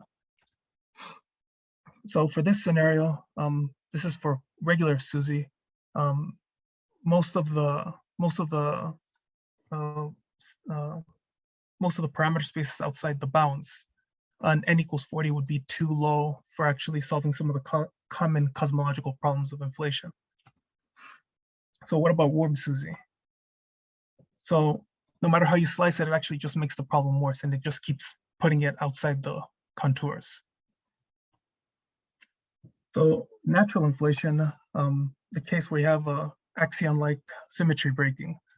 So you have something proportional to the cosine of this phi over f, where f sets the scale of this of the symmetry breaking. So for cold inflation, this is what typically the constraints look like. One problem with natural inflation is that in order to get it within the Planck contours, you actually have to have, most of the time, you have to have it super above the Planck scale, which is problematic. We really don't know what happens above it. So the interesting thing about warm natural inflation is that, as you'll see, the F term is actually an order of magnitude lower than the Planck scale. And the contours actually, the constraints actually fit within the contours. So it's a nice little feature, and it's something that we're interested in continuing to study. So another subject that I'm studying with my collaborators is can primordial black holes be created in this scenario? In particular, can natural warm inflation produce primordial black holes? So a cartoon-like view of how primordial black holes form in inflation is, let's say you have a horizon, and you have a perturbation that's outside of this horizon. So the density perturbation is not within your horizon, and this you can have a perturbation that's outside of your horizon during inflation, since as the universe is expanding, it actually pushes. That actually expands faster than the speed of light. So the perturbations actually stay frozen. So after inflation ends, the scales stop being pushed outside the horizon, and the horizon finally has a chance to catch up. So when the horizon catches up to the perturbation, if the perturbation is strong enough, you can actually form a black hole. Everything sort of self-gravitates and you can form. So some of the basic equations for calculated constraints for primordial black holes. So me and my collaborators will use the Ashtecker formalism. So if beta, if you look at the fraction of, let's say you have some mass, what fraction of the mass would actually be objects above mass m? And in this formalism, you integrate a probability distribution, which you assume is just a Gaussian distribution. And you end up with it equaling something as a function, the error function as a function of the critical density delta C at the very end, and sigma, the fluctuations of the mass density. So in order to calculate this critical density, you can use a formula which omega is dependent on the equation state of the background. So you would have omega equals 1/3 for radiation dominated era, which is what a lot of times the warm inflation just directly goes into the into the radiation dominated era. So in order to calculate sort of the variance of this mass distribution, you integrate the spectrum with some window function W. So typically this window function just smooths out the density, the power spectrum in order to make the calculations easier. So if you take this window function as being a Gaussian, you end up with a much simpler formula down here. And if you're interested in the mass of the exact mass of the primordial black holes, you can relate it to the horizon mass, which, if you assume everything on that horizon just collapsed. However, you have this gamma term, if you notice on the MPBH equation. This gamma term is basically a factor that tells you, well, this collapse is not going to be completely efficient. You're not going to have a complete collapse. So it says how efficient is this process. So while we haven't exactly calculated the constraints for the primordial black holes, we've explored what the power spectrum will look like for different cases. So if you look at the power spectrum, one range that we're interested in is getting to times 10 to the minus 2, because that's typically the strength of the perturbations where creation of primordial black holes becomes interesting. So we first studied the linear case. And as you can see right here, if you look at the y-axis, that's the strength of the perturbation, and then the x-axis, it's Q. Since Q increases as we go forward in time, we're just looking at the evolution of the perturbations. So as you can see, it doesn't quite reach the scale that we want of times 10 to the minus 2. However, we also looked at the cubic case. And in the cubic case, it seems that it does actually reach the appropriate scale. So it reaches something around 0.6 or 0.06. So in summary, we found inflation models that fall within the Planck contours, just different potentials for the warm inflation formalism. And we're interested in pursuing natural inflation a bit further. And we can see, even though it requires a more detailed analysis, we see that at least it's possible. It seems that it might be possible for primordial black holes to form in natural warm inflation, in particular the cubic case. And then for future work, we're interested in taking all these calculations and actually producing the initial conditions for a cosmological M-body simulation, which runs parallel to some of my main thesis work. And that's it. Thank you. Okay, thank you very much. Very, very nice talk. So any questions from the audience?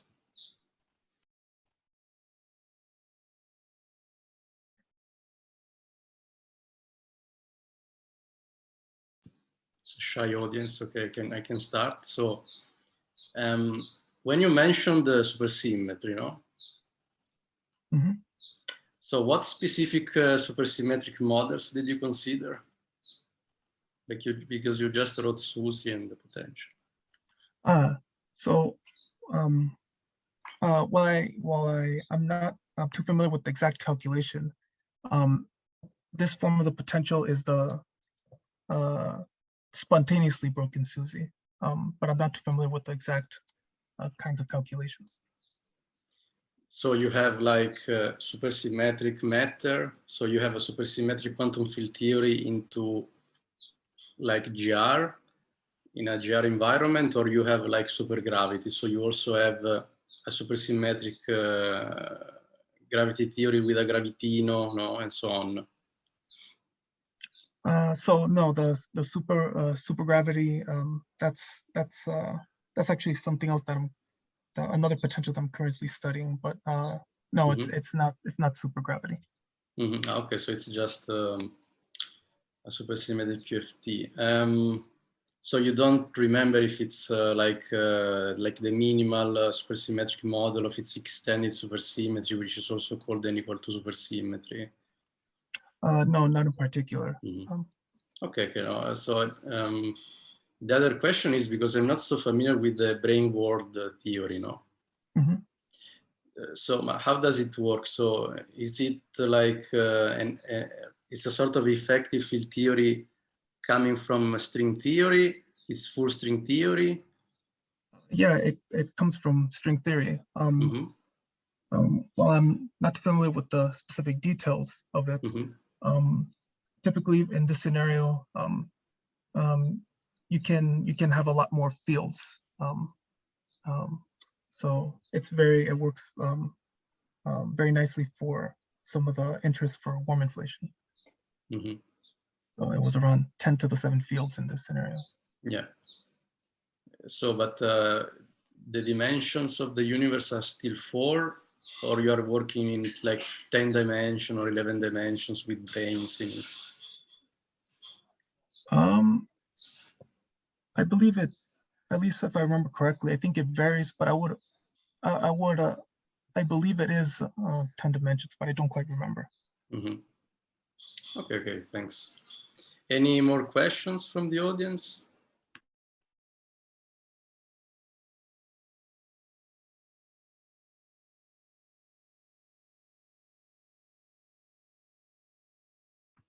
Okay, if there are no more questions, let's thank the speaker again. So we can move to Professor Victor Borsevici.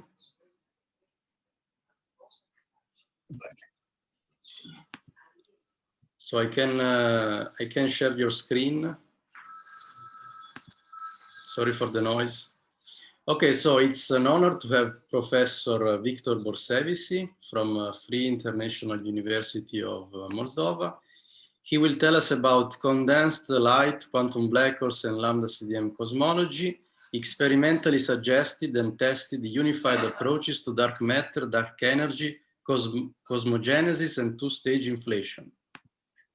Now I will share your file. Just a second.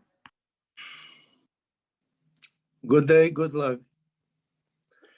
Thank you, Mr. Chairman, dear colleagues, and honorable assistants. My name is Victor Borsevici. I am a university professor, doctor in science. I participated in Soviet cosmic program. It is my history.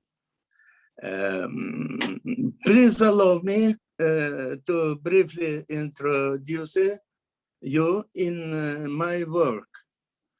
This work is dedicated to the blessed memory of Jakob Bekenstein. Jakob Bekenstein, in my opinion, was the first physician that unify in his revolutionary formula all kind of science, theory of information, thermodynamics, quantum mechanics, and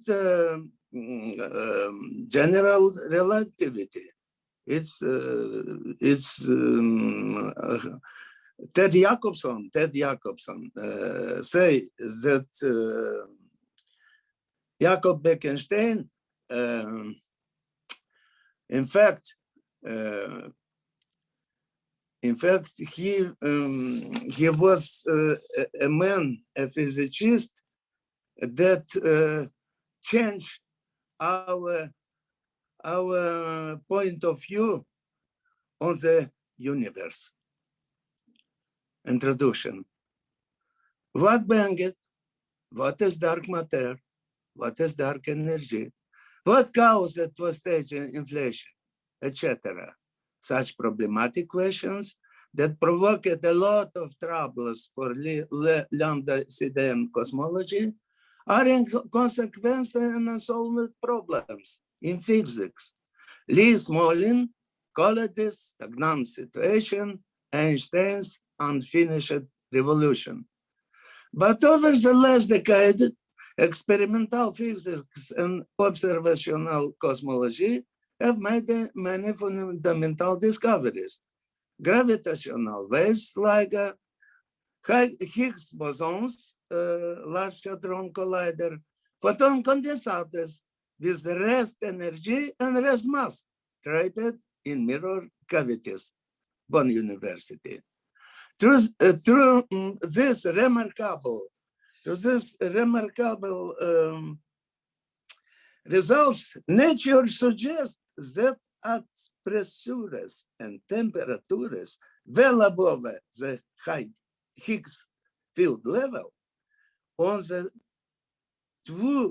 two-dimensional and three-dimensional photon condensators trapped in their own gravitational cavities should be unique sources of gravity during the early universe. Moreover, we concluded that a real primum materia at the beginning at the time was a three-dimensional Planck photonic condensator as explosive, accompanied by Planck fluctuation as fused. Note that after the discovery of gravitational waves, the famous Nobel Prize winner Paul Anderson, in his prophetic full-last conjectures, argues that dark energy is a gravitational radiation which causes irreversible loss of mass in the universe. It is quite clear that in the swift process of hot Big Bang, we have only three kinds of actors. At the Planck scale, the two-dimensional spherical self-gravitating photonic condensators, primordial quantum black holes as dark matter, free hot photons, and gravitational waves, both acting as a universal stretched dark energy forces. Notice that only gravitational radiation represents only irreversible repulsive forces. It is quite clear that if we do not understand the black hole physics, we do not understand the early universal physics as such. Moreover, the quantum black hole physics, based on the two-dimensional spherical photonic condensators, is uniquely realistic gateway to the terra incognita, whereas the quantum physics and general relativity gain its natural unity. Note that without this achievement, all kinds of inflatonic fields and the equation became blinded at the Planckian scale physics. According to our calculation, relic gravitational waves with Planck energy and half of Planck energy make up 93.35% of the dark energy in the modern universe. As you can see, Steven Weinberg was absolutely right.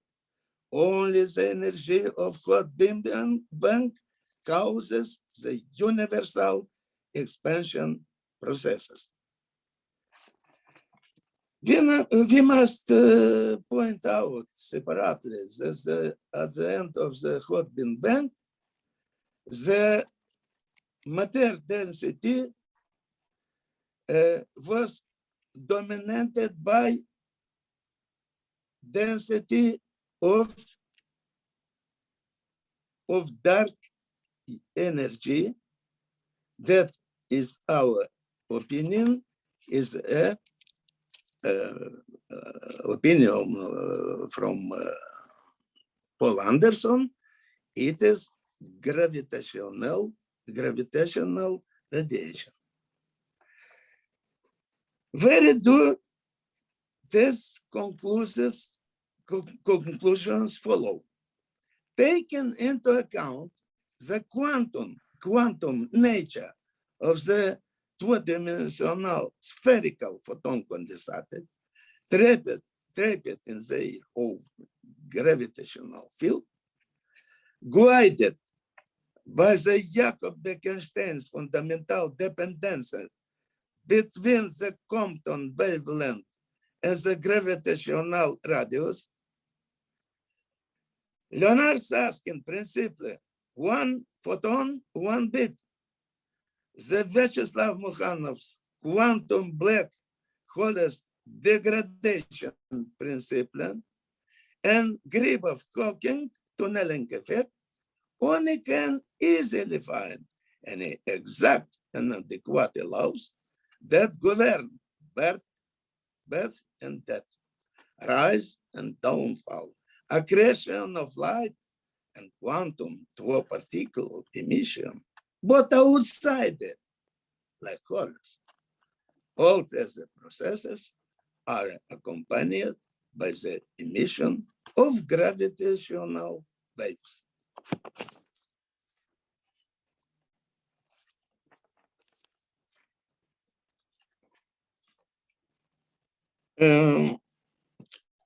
The most important thing that distinguishes such natural black holes from all other membrane models is that the tremendous gravitational skew-Z force is perfectly equilibrated by repulsive anti-gravitational quantum mechanical one. Note that only two-dimensional photon condensate construct with this tremendous band of possible wavelengths can explain the incredibly wide range of sizes, lifetimes, and masses of black holes, ranging from the Planck scale to tens of Pluto orbits and tens of billions of masses of the sun. See the quasar ton 618. Notice separately that this approach is free from the cosmic censure principle, the Noether theorem, and the information loss paradox. Using this unified approach, we can calculate that at the end of the epoch of baryokinesis, when stage 1 of inflation ends, the rest energy of black holes, dark matter, and the energy of gravitational waves, dark energy, are 25.62% and 66.42% respectively. After this epoch, there came a non-accelerated expansion. But 8 billion years ago, the second stage of inflation began.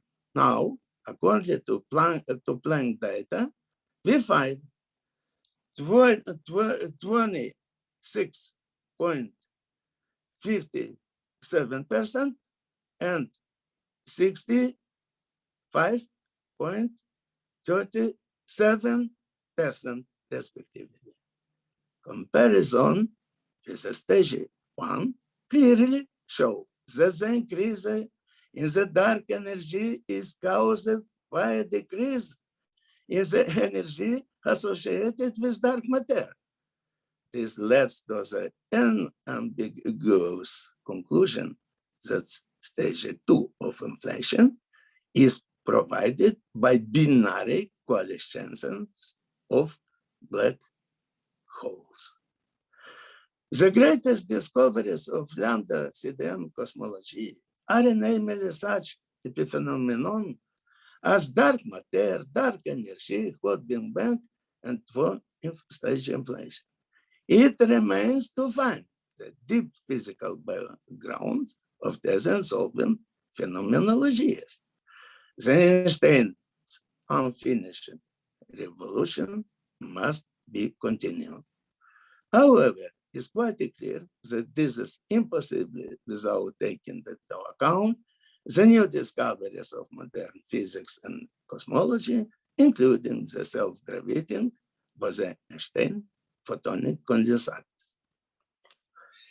Principia, Kip Thorne say Atonse, read the early Einstein. In 1916, Albert Einstein wrote, dass die Quantentheorie nicht nur die maxwellische Elektrodynamik, auch die neue Gravitationstheorie wird modifizieren müssen. Already in those distant times, under the influence of Bohr's theory, he came to the conclusion that a spherical quantum system, should emit not only quanta of light, but also discrete portions of gravitational waves. This led him to believe that the new theory of gravity should be modified, taking into account quantum electrodynamics. Many years later, in 1954, in his last work, he wrote the closing lines that sound like a testament, A finite system with this finite energy can be described in full by a finite set of quantum numbers. Seemingly, it cannot be compliant with a continuum theory of requires compliant with continuum theory and requires a purely algebraic theory for a reality description. However, now nobody knows how to find a basis for such a theory. Only 2 decades later, it was the young Israeli physicist Jacob Bekenstein who turned out to be the nobody who found a way to do this. In his revolutionary work, Black Holes and Entropy, he gave an amazing formula for the entropy of a black hole that unites all world's constants. Boltzmann constants, A, speed of light, C, reduced Planck constant, H, gravitational constant, G, as well as the area of the Schwarzschild spherical singularity, whereas is the Schwarzschild gravitational radius. Bekenstein's formula was striking in that it linked together thermodynamics, quantum physics, the theory of gravity, and geometry. But the most surprising thing was that he connected all this within the framework of a united information approach to the physics and astrophysics of black holes and the universe. In his famous formula, he associated the multiplier natural logarithm of 2 with Shannon on a bit.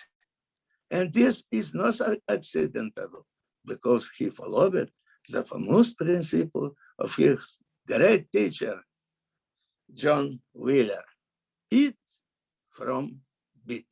Jacob Bekenstein discovery marked the beginning of the new era in the development of theoretical physics and cosmology.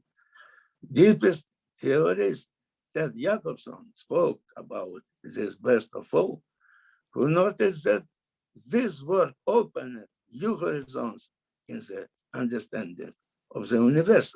Noted that following this path, that Jacobson discovered a bulk viscosity entropy production term that relates to the non-equilibrium thermodynamic of space-time. In our study, we will show the deeper physical sense of these remarkable results. But not everyone understood the importance of the informational approach. In his remarkable book, The Black Hole War, Leonard Susskind recalls as they together with Gerard Tehoff led a stateful struggle for unitarity principle of quantum physics against the Stephen Hawking claim that the information can be lost in a black hole. As Gary Horowitz pointed out, this problem, it is not solved so far. That is why its final solving is a part of our study. However, it did not end there. It did not end there. Immediately following his famous article on the entropy of black holes, Jacob Bekenstein published in the legendary Italian journal Novecento an article in which he substantiated the quantum nature of black holes. 10 years later, the Dutch physicist Gerard Hooft came to this idea. Black holes should be subject to the same rules of quantum mechanics as ordinary elementary particles or composite systems. In 1946, the young Russian physicist Vyacheslav Mukhamonov came to the irrefutable conclusion that the emission mechanism of quantum black holes must obey the degradation principle. He turns to Jacob Bekenstein, and in 1995, the common outstanding work, Spectroscopy of the Quantum Black Hole, is published. In this work, it was shown that the true emission spectrum of quantum black holes is discrete, completely contradicting the so-called Hawking mechanism, which turned out to be based on the misconception about the nature of the emission of black holes. With the advent of new fundamental experimental discoveries, this work of Bekenstein and Mukhanov began to acquire fundamental significance for physics and cosmology. Moreover, it turned out to be just not just a window, as its author believed it, but a volley gateway to terra incognita. Professor Borsevis, you have 5 minutes left. Yes, thank you very much. Basic relation. With the discovery of two-dimensional photonic Einstein condensate, it became clear that the rejected by all Schwarzschild spherical singularity was becoming an obvious alternative to the black hole model in the form of a point singularity surrounded by an event horizon of Schwarzschild radius. Moreover, it turned out that Kip Thorne's membrane black hole paradigm with this surrogate stretched horizon, despite all its contradiction, proved it to be not just a good pedagogical method, but also a very promising prophecy for the development of physics of black holes.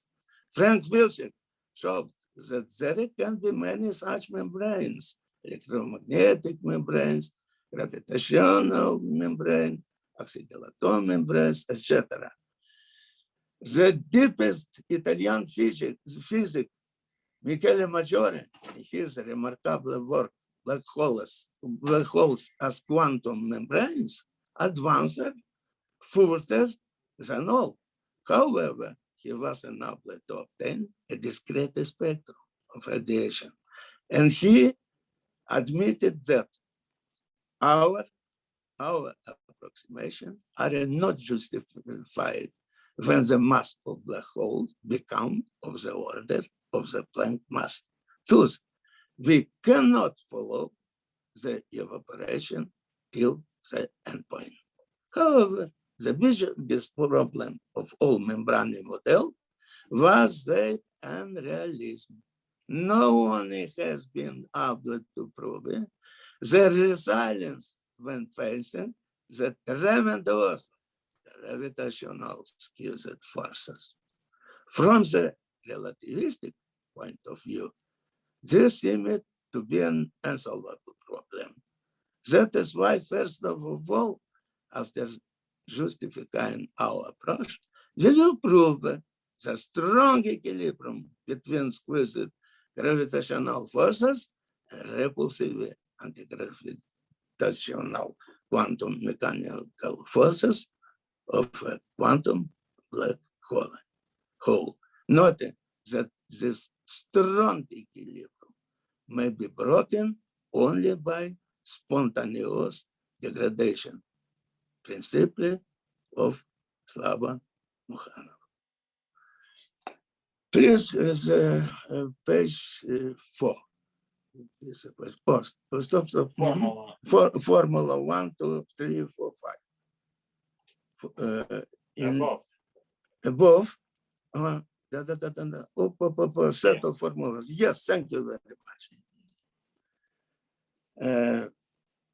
Based on the Bekenstein approach, we will show that all these unsolved problems are resolved in terms of the original basic system of equation for spherical two-dimensional photon condensated trapped in their own gravitational field. The first is, I call it fundamental Jacob Bekenstein relation between Compton, reduced Compton wavelength and radius, Schwarzschild radius of black hole. It is, in my opinion, it is unique relation where in the left part we see quantum mechanical value, reduced wavelength, and in right part we see gravitational value radius of Schwarzschild radius, which is taken as the spherical Schwarzschild is not perfect term, but the singularity. Einstein called it this singularity. Professor Borsevis, you have 1 minute left. 1 minute. Yes. Thank you.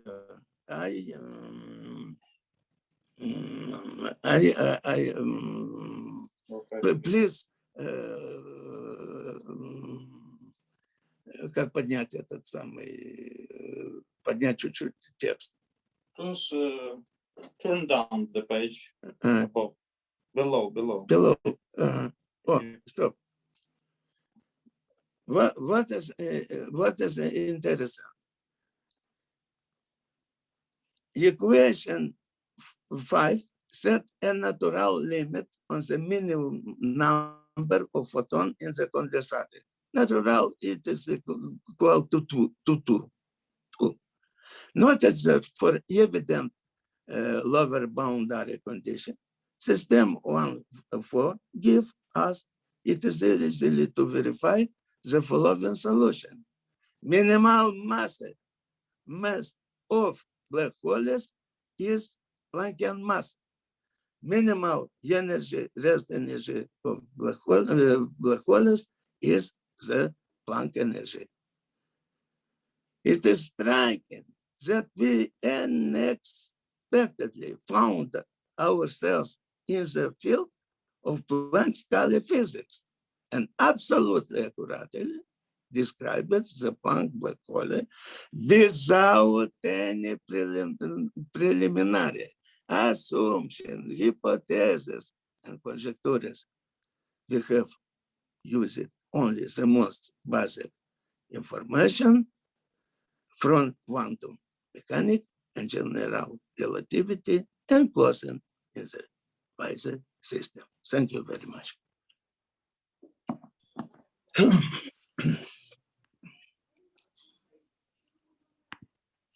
Okay, thanks, Professor Bolsevici, for your very nice talk. So any questions from the audience?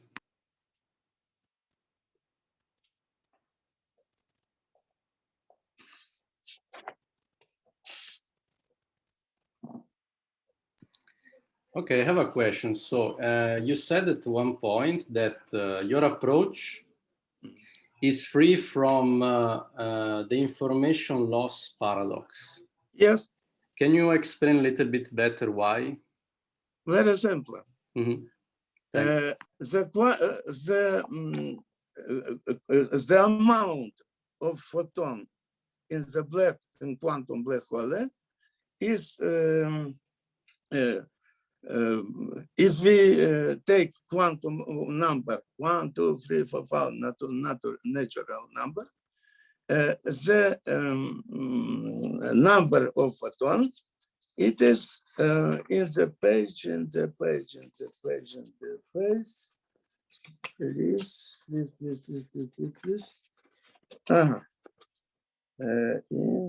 page. In the page 7. Please, the page 7. Please, the page 7.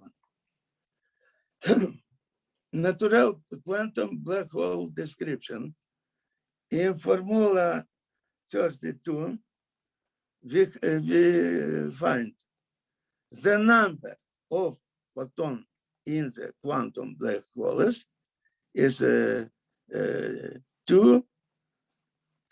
principal quantum numbers. When black holes emitted 12 pairs of photon, for example, he lost exactly 2 bit of quantum information. This is not my principle, it's the principle of Leonard Susskind. 1 photon carried 1 bit of information because it have only two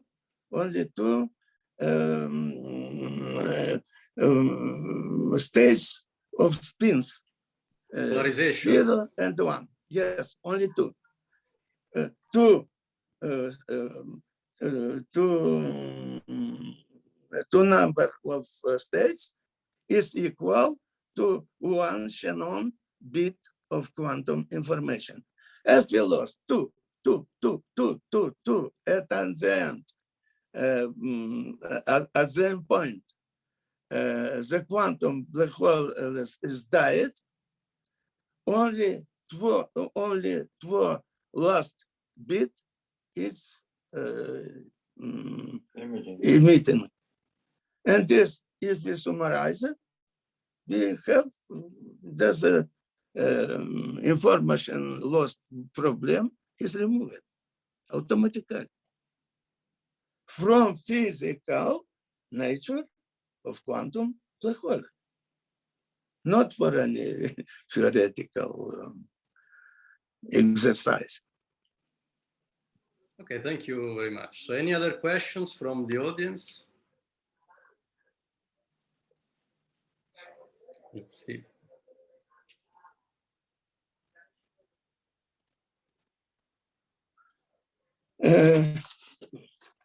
If so, please, it is a moment of the birth of black holes. What is this? In photonic condensate, we have a Planckian binary system of two closed Planckian photons. It is explosive material, binary explosive material. And this presence of Planckian quantum fluctuation, the reaction becomes a reaction. It is Planckian black holes. It is Planckian gravitational waves. This energy of these waves is very simple to be calculated. Please, just only a moment.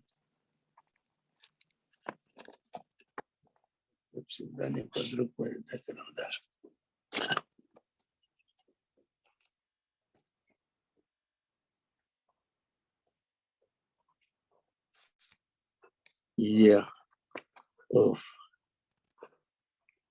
Planckian gravitational wave is equal to Planckian works. Planckian works is equal to G and P LP is equal to this Planckian energy.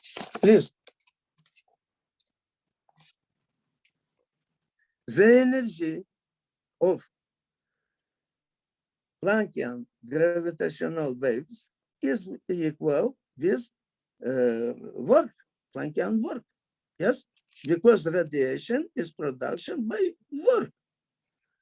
The work is equal a formula G MP and Planck length, mass, Planck mass, Planck wavelength, Planck length, and Planck energy is common. Okay. Okay, so if there are no further questions, let's thank the speaker again. So I take advantage of, now we are concluding, so I thank you all speakers again for your very, very nice talks. And just a reminder, so since, so if possible, if you could please upload your proceedings as early as possible, especially because this session is called early universe. No, I'm just kidding. So please upload as soon as possible your proceedings.